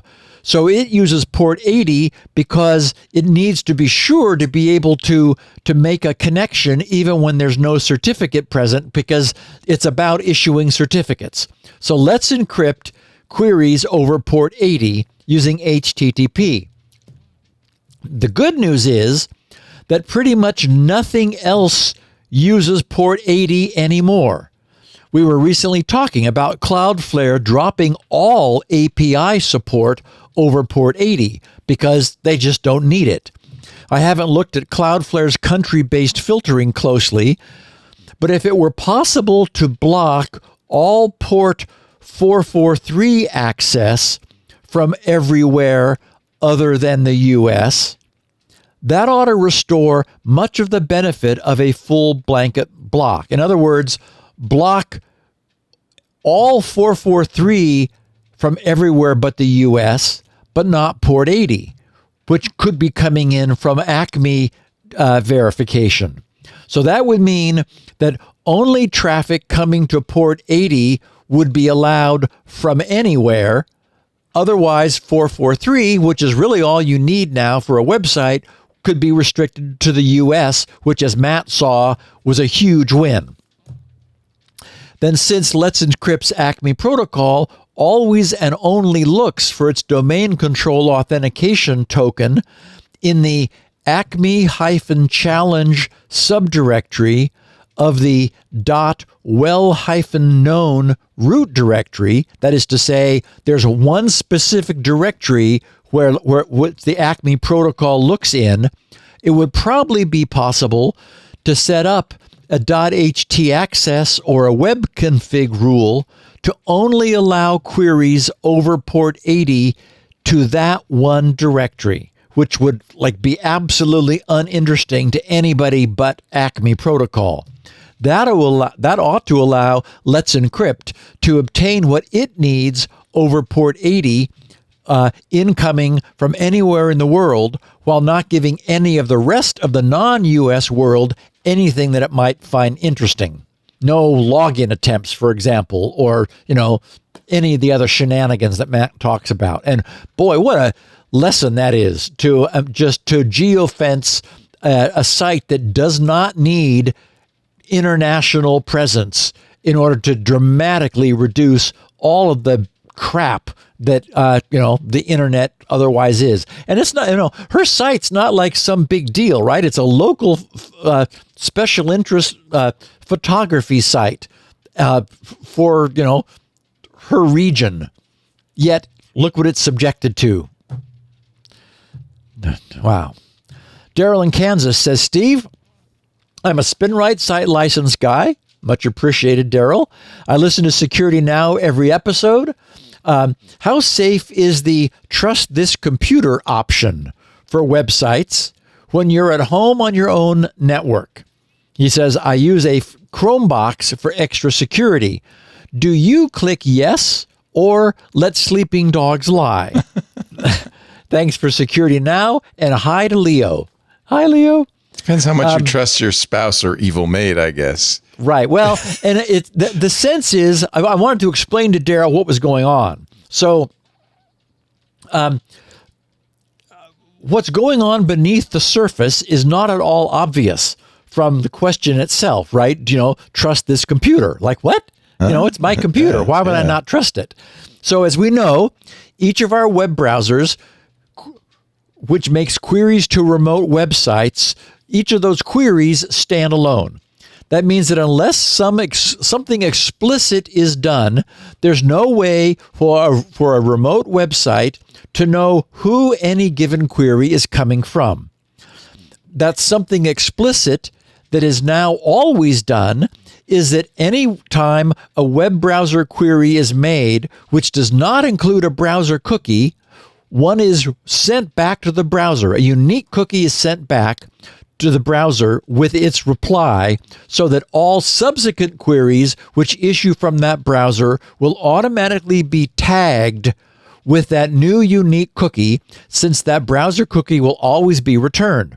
So the first thing to appreciate is that all of the web browsers that are querying remote web servers, if they don't already have one, are each given a unique cookie so that the remote site has some means of telling them all apart. The next important point is that if a specific user identifies themselves to that remote website by logging into it using some credentials, it's the ongoing presence of this cookie that serves to keep them logged in. Their logged inness is thanks to that cookie. Okay, next, it's probably always possible to deliberately and explicitly log out of any website. There's always going to be some log out option, generally, by growing convention in the upper right-hand corner of the website's pages. But the question is, what happens if you do not remember to log out? Many websites don't care at all how long you've been gone, how long you've been away. When you return, you'll still be logged into that site. And the only reason you'll still be logged into that site is that your web browser has remembered and still has the cookie it received the last time you were logged in. GRC uses the Zenforo software for its various web forums, and I cannot recall the last time I was asked to log into my own forums. For me, that's a convenience, and I'm sure it is for all of the people who hang out there. Since in my case, I'm the only one using any of the computers where I'm logged into our forums. So I'm able just to go to forums.grc.com and pick right up where I left off. The same thing is true for x.com. Actually, there was an instance where about a couple months ago, I got logged out and I had a hard time getting logged back in because I'd been logged in for years and something happened where I lost my browser cookies. And so I had to do it again. So it's everybody's used to now these days, you stay logged in. But what if multiple people use the same computer? Or what if you're logging in at an internet cafe or at a public library? In that case, you would not want your login to be so persistent. And that's what this trust this computer checkbox, which often accompanies a logon page, is all about. Cookies all come with an optional expiration date. If that date is ever reached, the web browser will no longer honor the cookie. Instead, it simply deletes it. But I mentioned that the expiration date is optional. If a cookie is given to a web browser without any expiration date, then that cookie is deliberately never written in any way to any form of persistent physical storage. It is only deliberately and explicitly ever retained in RAM. That means that once the web browser application is closed, the values of any of the non-expiration dated cookies it may have received while it was running will be lost forever. And that's the beauty of not having the trust this computer checkbox checked when you log into a website. When logging in with that checkbox unchecked, any logon authentication cookie your browser receives will have no expiration date set. So it will be ephemeral. And your logged in identity will be deliberately lost when you close the web browser application. So, Daryl in Kansas, you asked, how safe is the trust this computer option for websites when you're at home on your own network? And only you can really answer that, but now you probably can, since you should have a good understanding of exactly what that means.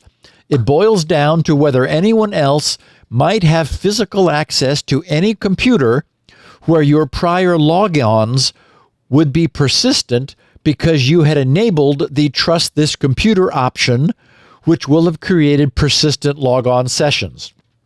If you're the only person who has access to any computers where you might have left a site logged on, then remaining logged on is likely a convenience that would have no downsides.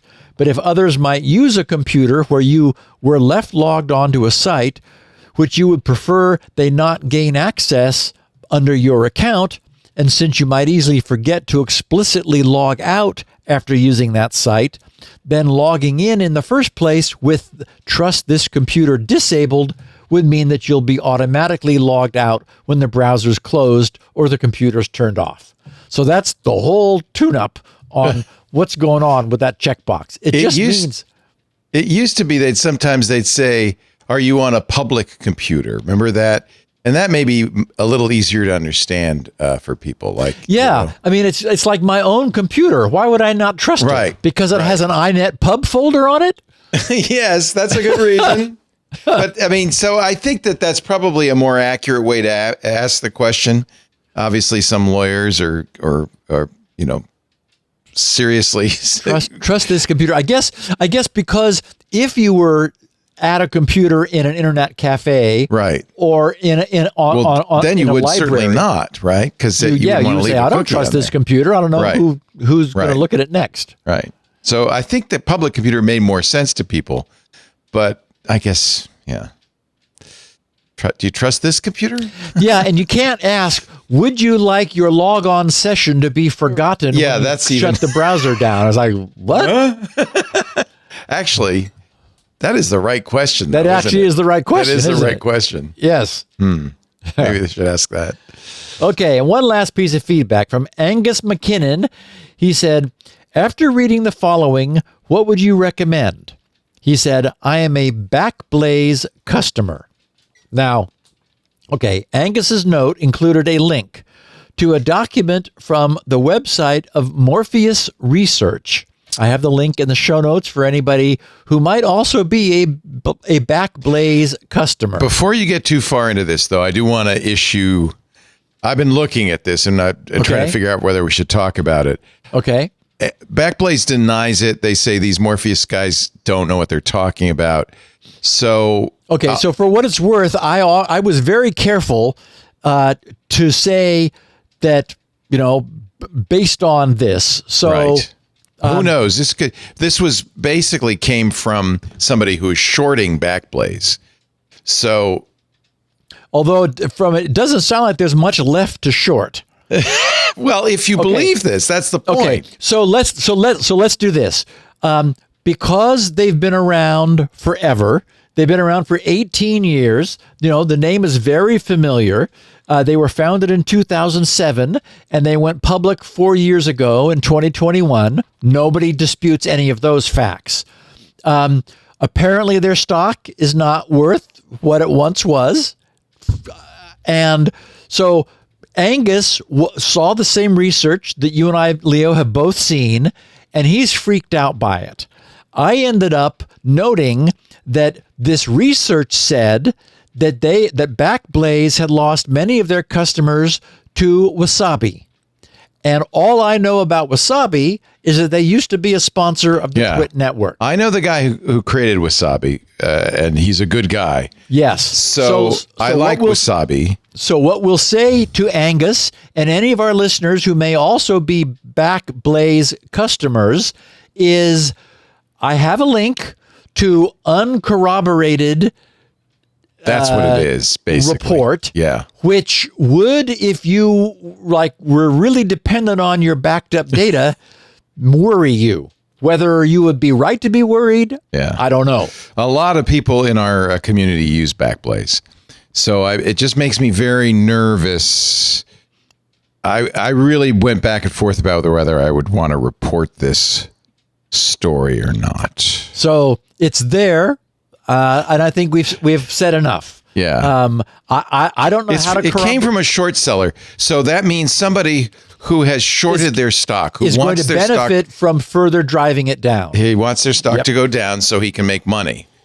So that's the only reason that was a alarm bell. And plus and Backblaze is a great company. They have been for a long time. They do that hard drive report, which is extremely useful. I know many people have been who use Backblaze, including many of our hosts. So I'm very reluctant to. So I would say I don't care about Backblaze's status because I haven't ever used them and I don't use them. Right. There are many allegations here that could be checked. There are some that can't be, right? Like the value of their share price. That's a matter of public record. Right. So Backblaze says the report is inaccurate and misleading based largely on litigation of the same nature and a clear attempt by short sellers to manipulate our stock price for financial gain.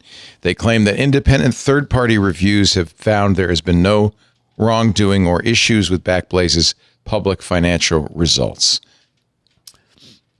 There are allegations of multiple lawsuits against them. So that would be something that is also in the public record. That's true. Those are true. Those are real.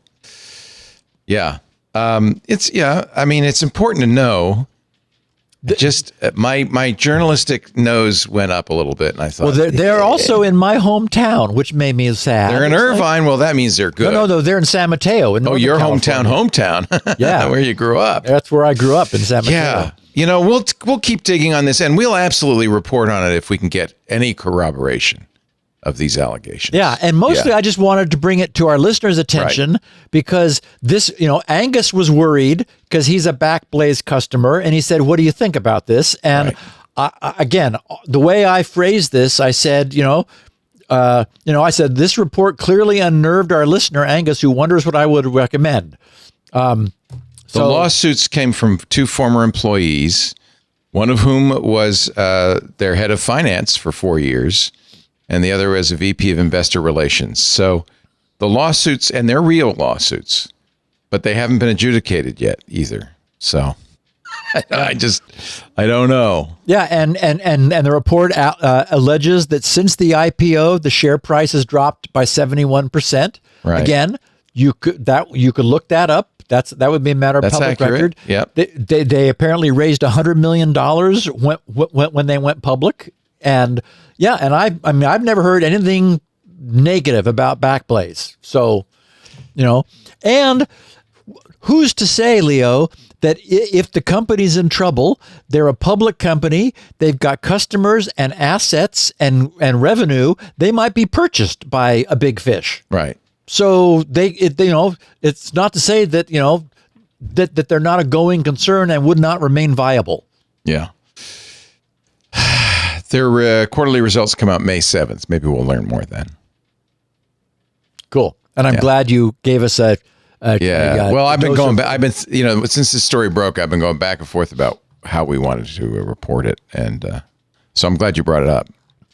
Yeah. And in case the listener needs to know. Our listeners are intelligent. Glad they know. Yeah, they can do with it. Even though we're not able to make any kind of representation. Right. What we can represent is why it would be good to be in the club. I would love everybody to join our club. And here's something I can tell you. Even if we were to go under, it's only $7 a month. Come on, guys. Oh, look, we're in little round portholes. Hi, everybody. Can I come over in yours? Yeah, come on over, Steve. What is the club? Well, 4 years ago, we created Club TWiT. It was right in the middle of COVID, and advertising was starting to disappear. And we thought, all along, from day one, and I know you remember this, Steve, the whole idea was we want to be supported by our audience. Our community is the best. That's what makes TWiT hum. We realized early on that to grow in the way we wanted to, we were going to have to take advertising. In fact, your show was the first to have an ad. But I still have that kind of dream of being supported by the people who listen to us.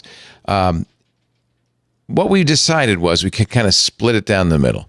For $7 a month, which is as low as you can go. I mean, this is a heck of a deal. You get ad-free versions of this show and all of our shows. You get access to our Club TWiT Discord, a great community where you can hang out with like-minded, smart people. And it goes all around the clock, not just when the shows are on. There's also events going on. We're going to do all the keynotes in there, for instance, from now on. Microsoft's Build, Google I/O, Apple's WWDC. Because we keep getting takedown threats from Apple. So we just thought, well, we'll do it in the Discord for club members only. So we're going to do that. We also have, things like Micah's Crafting Corner. The GizWiz is coming up with a special 2000th episode reunion. We're doing the photo, Chris Marquardt, our photo guy, this Friday. Anyway, I can go on. Stacy's Book Club. These are all things that we don't do in public. We do in the club as a benefit to club members. In return for you supporting us, we like to give you a little extra value. But the real value is knowing that you're supporting the work Steve does and everybody in this network does to keep producing content that we hope you love. It's a way of voting. twit.tv/clubtwit. If you're not a member, I hope you'll consider joining. We'd love to have you. twit.tv/clubtwit. All right, Steve, I'm dying to hear more about this sandbox escape or whatever you call it. Well, what do you call it? Is it escape? Is it? No, it is malware has figured out, hey, there's this cool thing called Windows Sandbox. Let's hide in there. Yeah. So last week's Windows Sandbox podcast reminded us that, everybody with Windows 10 or 11, with the exception of Home Edition users, has access to a very nifty Windows execution environment specifically designed to allow users to safely experiment with throwaway programs, installations, files, and anything else without having any impact on their primary Windows OS installation. And moreover, I was very impressed with Microsoft's surprisingly efficient and economical implementation, which got so many things right.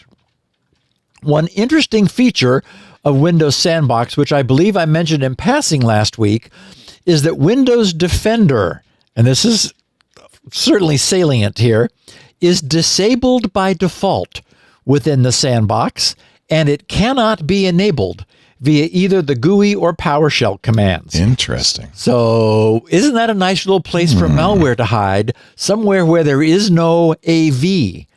Now, this decision was presumably made because running Defender inside the sandbox would slow everything down, because users might specifically wish to run things that would cause Defender to freak out, to quarantine and delete their files, and because the entire point of the sandbox is that it's a safe place where terror may reign with confinement and nothing can get out. You got full confinement there. So unfortunately, it would probably come as no surprise to anyone who's been following this podcast for long to learn that the bad guys have figured out how to take up residence in Windows Sandbox as a means of obtaining secret persistence within Windows systems while still being hidden from Windows Defender and any other AV scanning, which, might be patrolling the grounds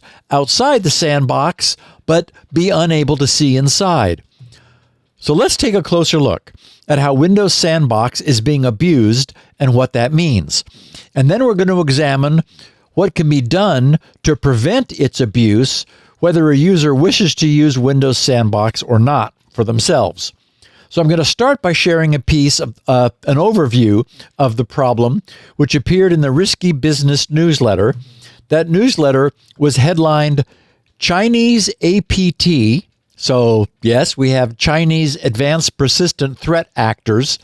Chinese APT abuses Windows Sandbox to go invisible on infected hosts. Catalan, writing on the newsletter, wrote, a Chinese cyber espionage group named MirrorFace, also known as Earth Kasha and APT-10, is abusing the Windows Sandbox virtual environment to hide the execution of its malware on infected systems. Attacks incorporating Windows Sandbox have been taking place since 2023 and represent the first known case of Windows Sandbox abuse since its release in December of 2018. As the name hints, the feature allows Windows users to start an isolated sandbox where they can temporarily install and test apps and then shut down the virtual environment without impacting the main OS and their data. It functions as a virtual machine, but it doesn't have all the bulky features of a VM. It's light, super fast, easy to start and use. Abuse of this feature sounds implausible because Windows Sandbox support is disabled by default. And when a sandbox is started, it runs in a window in the user's foreground. But according to reports from the Japanese government and ESET, MirrorFace has found a way around these limitations. The group gains an initial foothold on compromised networks, enables Windows Sandbox, restarts systems, then silently launches Windows Sandbox instances that do not appear on the screen. This is accomplished by launching the sandbox via Task Scheduler under a different account from the user's current one. So the sandbox UI never appears on the logged on user. The MirrorFace operators drop malware in a folder on the infected systems, then use Windows Sandbox.wsb configuration files to share access to that folder to the sandbox. Grant the sandbox network access, then configure one of the malicious files to automatically run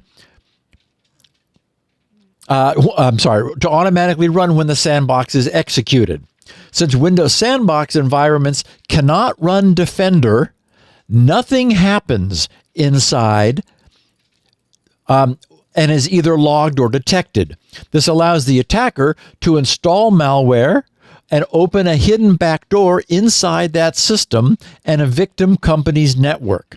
Japanese security firm ITOCHU explains how blind companies can become against Windows Sandbox-based attacks. They wrote, since the malware in Windows Sandbox operates according to the WSB files configuration, it can access files on the host machine.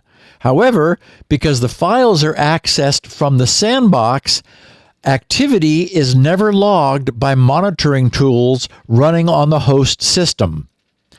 The technique used by MirrorFace seems to be an evolved version of a technique first documented by security researcher Lloyd Davies back in 2020. ITOCHU researchers say the abuse can go a few steps further since new features are constantly being added to Windows Sandbox. For example, the Windows Sandbox can now share clipboard, audio, and video input with the base OS. The Windows Sandbox can now also be started via command line arguments using the new wsb.exe command. which removes the need for WSB configuration files, which are artifacts security firms could use to detect possible abuse. The technique is incredibly simple to automate, even for low to mid-tier skilled malware developers. Once detailed in these reports, it is likely to spread to other groups. The first to jump on and abuse this technique are likely ransomware gangs. Some groups are already using something similar. At least half a dozen ransomware groups have been spotted installing bulky VM software, full virtual machine suites, on infected hosts just to start the VM and send victim files to be encrypted inside, where security tools don't have access to spot the ongoing encryption. Since Windows Sandbox is built in and present on all Windows 10 and Windows 11 systems, and the app's file is signed by Microsoft itself, abusing it is likely easier and safer. ITOCHU has published some monitoring and infection remediation advice to detect this technique, but the cat is out of the bag now, and further and broader abuse is now expected to start taking place. Okay, so one thing that's very interesting is the observation that the Windows Sandbox is able to launch and run under a different user's account, so that the foreground user never sees any indication that it's happening in the background. And here, the inherent efficiency of Windows Sandbox, which so impressed me last week, actually works against the user, since its lightweight nature means a user would be much less likely to wonder where all their free RAM went, because it wouldn't be going anywhere. It wouldn't be consuming very much, just like an app. Also, the default enabled clipboard sharing is a bit chilling, since it would be a bit like having a malicious instance of Windows Recall running unseen in the background, capturing anything the foreground user might temporarily place onto their clipboard, such as a cryptocurrency wallet address. I was curious to see what this researcher Lloyd Davies came up with 5 years ago in 2020. Whatever it was, Microsoft apparently blew it off without a second thought, since we're now 5 years downstream of that, and Windows Sandbox is still here and completely abuse-prone. 5 years ago, under his headline, Weaponizing Windows Sandbox to Bypass Defender, Lloyd Davies wrote, "This short blog post may be useful for a red team living off the land for the execution of payloads on a machine where Windows Sandbox can be enabled. Windows Sandbox is designed to work this way. No exploitation of anything is covered in this post. With this technique in terms of executing within a VM, we don't need to load an external ISO onto the machine, as all of this is handled by the Sandbox. In my research, the sandbox.wsb configuration file was not inspected or blacklisted on any major EDR or AV. At the tail end of last year, Microsoft introduced a new feature named Windows Sandbox, WSB for short.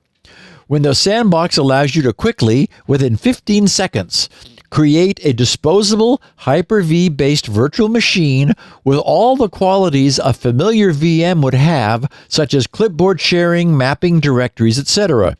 The Sandbox is also the underlay for Microsoft Defender Application Guard for dynamic analysis on Hyper-V enabled hosts, and can be enabled on any Windows 10 Pro, Enterprise, or Education machine, making this perfect as a living off the land technique.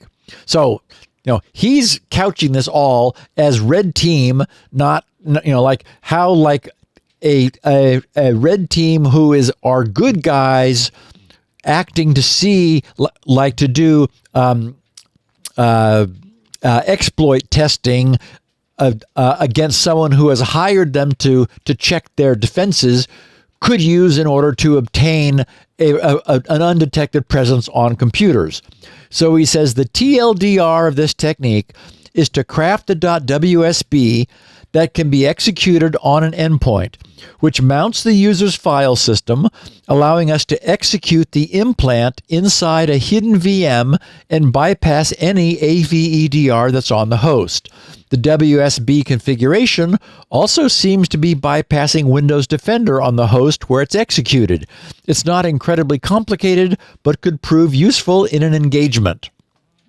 Lloyd then proceeds to talk about and document the various ways very powerful .WSB files can be created to give a malicious sandbox all the power it might need on the user's system, all while always remaining completely hidden and undetectable.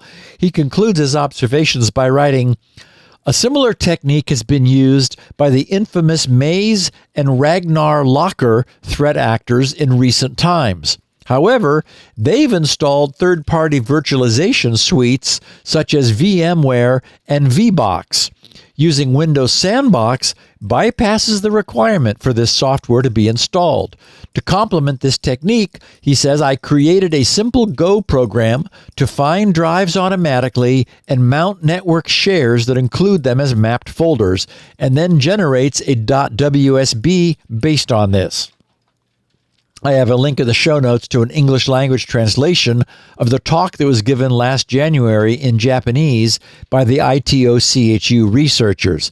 Among the many other things they've noted is that with the introduction of Windows 11, Microsoft has enhanced the sandbox's features in ways that allow for additional abuses. They wrote, "The changes to Windows Sandbox after the Windows 11 update are as follows. Addition of the WSB.exe command, enabling sandbox execution via the command line, background execution of the sandbox, and the ability to modify certain settings via the GUI. These recent feature updates may make it more difficult to detect attacks leveraging Windows Sandbox. The key reasons for this are as follows," and they list three. Background execution of Windows Sandbox. Previously, in Windows 10 and early versions of Windows 11, Windows Sandbox always ran as a foreground GUI application. However, with the new WSB.exe start command, it can now run in the background. As a result, the sandbox can be launched without user awareness, and its window remains hidden until the WSB.exe connect command is executed. Second, sandbox execution without a WSB file. The updated WSB.exe command allows sandbox configurations to be set entirely via command line arguments.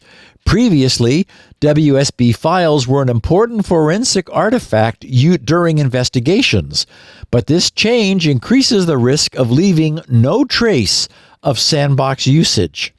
And third, persistent data inside the sandbox.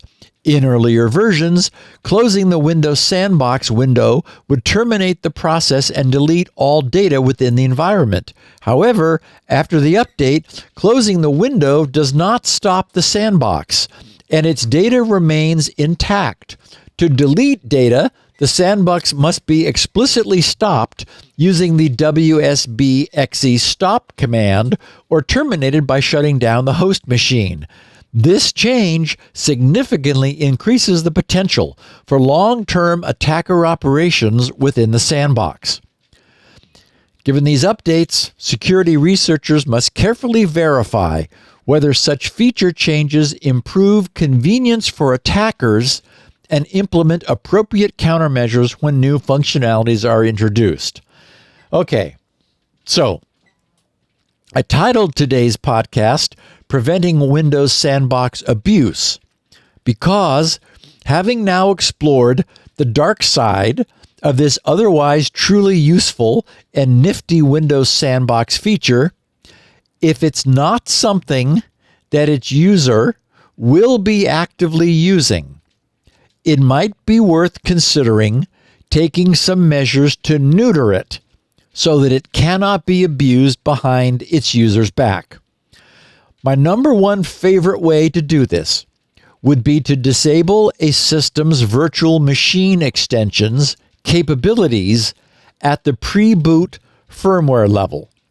I recently learned that the BIOS settings backup battery on the aging Gigabyte motherboard of my older Win 7 machine had died. My neighborhood had a planned day-long power outage while our local power company's equipment was replaced. When I fired my machine back up after having it shut down for the day, I quickly saw that it had lost its time of day and date clock. That's probably something that's familiar to us oldsters back in the days when, you know, Your CMOS battery dies. The CMOS battery died, exactly. So I rebooted and went into the BIOS and set that the time and date correctly. Sometime later, when I attempted to launch a VirtualBox virtual machine, I received an error that VBox was unable to operate without the Intel virtualization technology, which is abbreviated VT-X, enabled in the system's BIOS. I mentioned last week that the same is true for Windows Sandbox. The Microsoft Hyper-V virtualization technology the Sandbox depends upon is in turn dependent upon having Intel's virtualization technology enabled. So, the absolute best protection for anyone who does not routinely use either the Windows Sandbox nor any of the many other various virtualization systems, since all of those are now known to be prone to abuse as well, and especially Windows Sandbox, would be to simply run without the Intel VT-X extensions enabled. No VT-X means no virtualization, funny business, period. Doing this will have zero impact upon Windows operation, and it will completely shut down any chance of abuse. Now, if you do need to run virtual machines other than Windows Sandbox, you'll need to have the Intel VT-X extensions enabled in your machine's firmware. Enabling Windows Sandbox requires admin privileges, but we know that doesn't present much of a barrier to malware, since pretty much everything bad that malware does requires admin privileges anyway, so they're able to get it. And we know that elevation or privilege exploits are constantly being uncovered. The solution for anyone who wishes to prevent any behind-their-back exploitation of Windows Sandbox, and for whom disabling all use of virtual machine technology via the VT-X extension is not an option, Windows AppLocker is probably the next best solution. AppLocker can either be configured in a managed enterprise setting through group policies or on a local machine using the local security policy snap-in. The use of AppLocker is straightforward, and many how-tos exist on the internet for anyone who wants to take that approach. Under Windows 10 or 11, you'll want to block the execution of the Windows Sandbox.exe executable program, which lives in the System32 directory. It's System32 /Windows Sandbox.exe. And additionally, under Windows 11, you would also want to prevent the WSB.exe command from being used. Once any of those have been foreclosed, anything that tries to crawl into your machine and set up shop behind your back using the Windows Sandbox will be out of luck. And I'm not suggesting that this is like, the sky is falling and some, major security problem to worry about.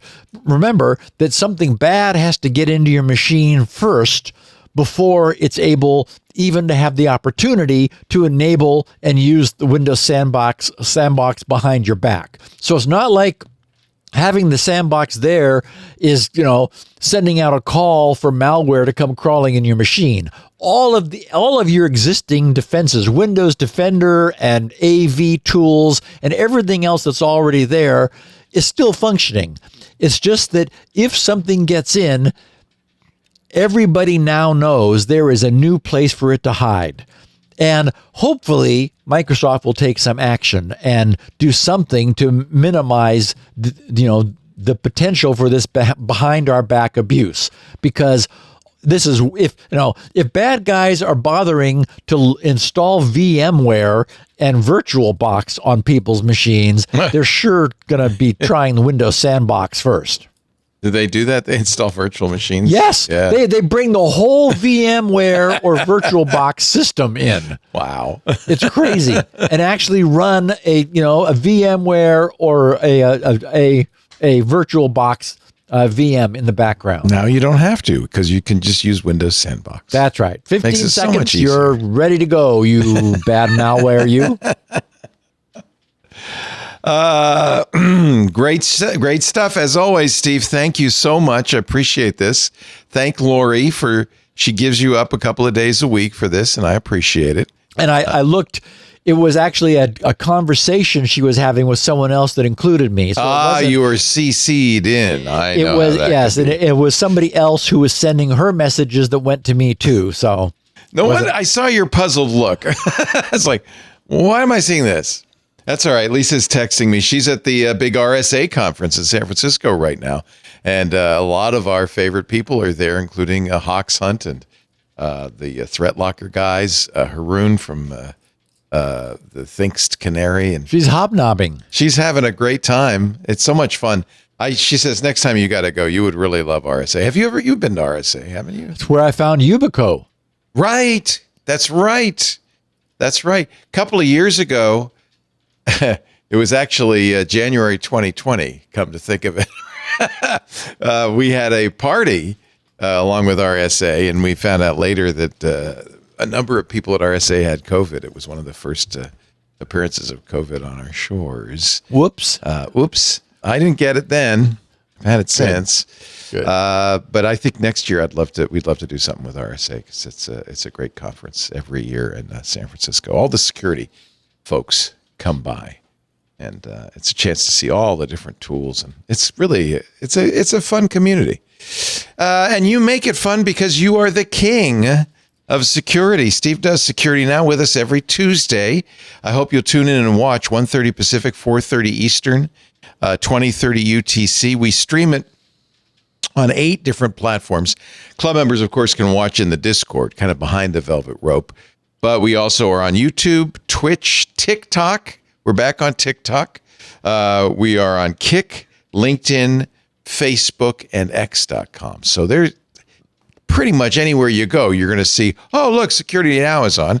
You can watch along. If you're watching, you can chat on any of those platforms, and I'll see it over here in my master chat screen.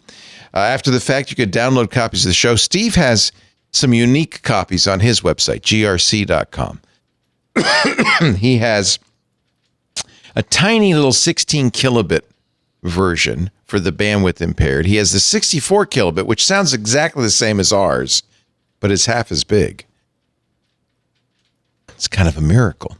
It's a complicated, long story. We make 128 kilobit audio for reasons. He also has the show notes there, transcripts written by an actual human being, not an AI, Elaine Ferris, who is smarter than any AI. And of course, once you're there, there's a lot of other things. The GRC site is great. For instance, you can pick up a copy of SpinRite, the world's best mass storage maintenance, recovery, and performance enhancing tool.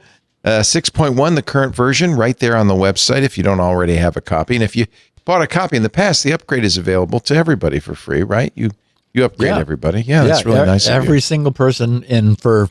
I was looking at my license. I think I bought it 20 years ago. Yeah. But I got 6.1. Steve's a very generous fella. If you want, you can sign up for his newsletters there, including the weekly mailing of the show notes the day before, but also a very infrequent newsletter, which might announce new products like, I don't know, a DNS Benchmark Pro kind of a thing at some point. That is grc.com/email. And actually, the other reason to go there is to validate your email, to show Steve you're not a spammer. So that way, if you want to email him, as Alan Malventano did, you can email him and he will see it. Otherwise, he ain't going to see it. grc.com/email. We have the 128 kilobit audio version on our website, as well as video at twit.tv/SN. You'll see a link right there to a YouTube channel. That's a good place to know about. That's the video but it also is an easy, simple way to share little bits of the show. If you want to clip something and say, hey, I got to send this to my friend, do it there on the YouTube site. Everybody's got YouTube. It's easy. Everybody will understand how to use it. It's a great way to promote the show, and we thank you for doing that. Of course, the best way to get the show for yourself is subscribe. That way you don't have to think about it. You'll get it the minute it's available. Any podcaster should have a copy of Security Now. Oh, and when you do that, please leave us a 5-star review. Share the wealth. Let other people know how useful this show is. Don't keep it to yourself. That wouldn't be right. It won't dilute it any, I promise. No, as a matter of fact, it doesn't. It just strengthens the solution. Next week, episode 1024. Yay! We hit 1K. 1024. Nice. Steve, have a great week, and we will see you my next friend. time on Security Now. Oh, and it'll be May. We're going to see you in May. Yay. For May. Yay. Bye. Security Now.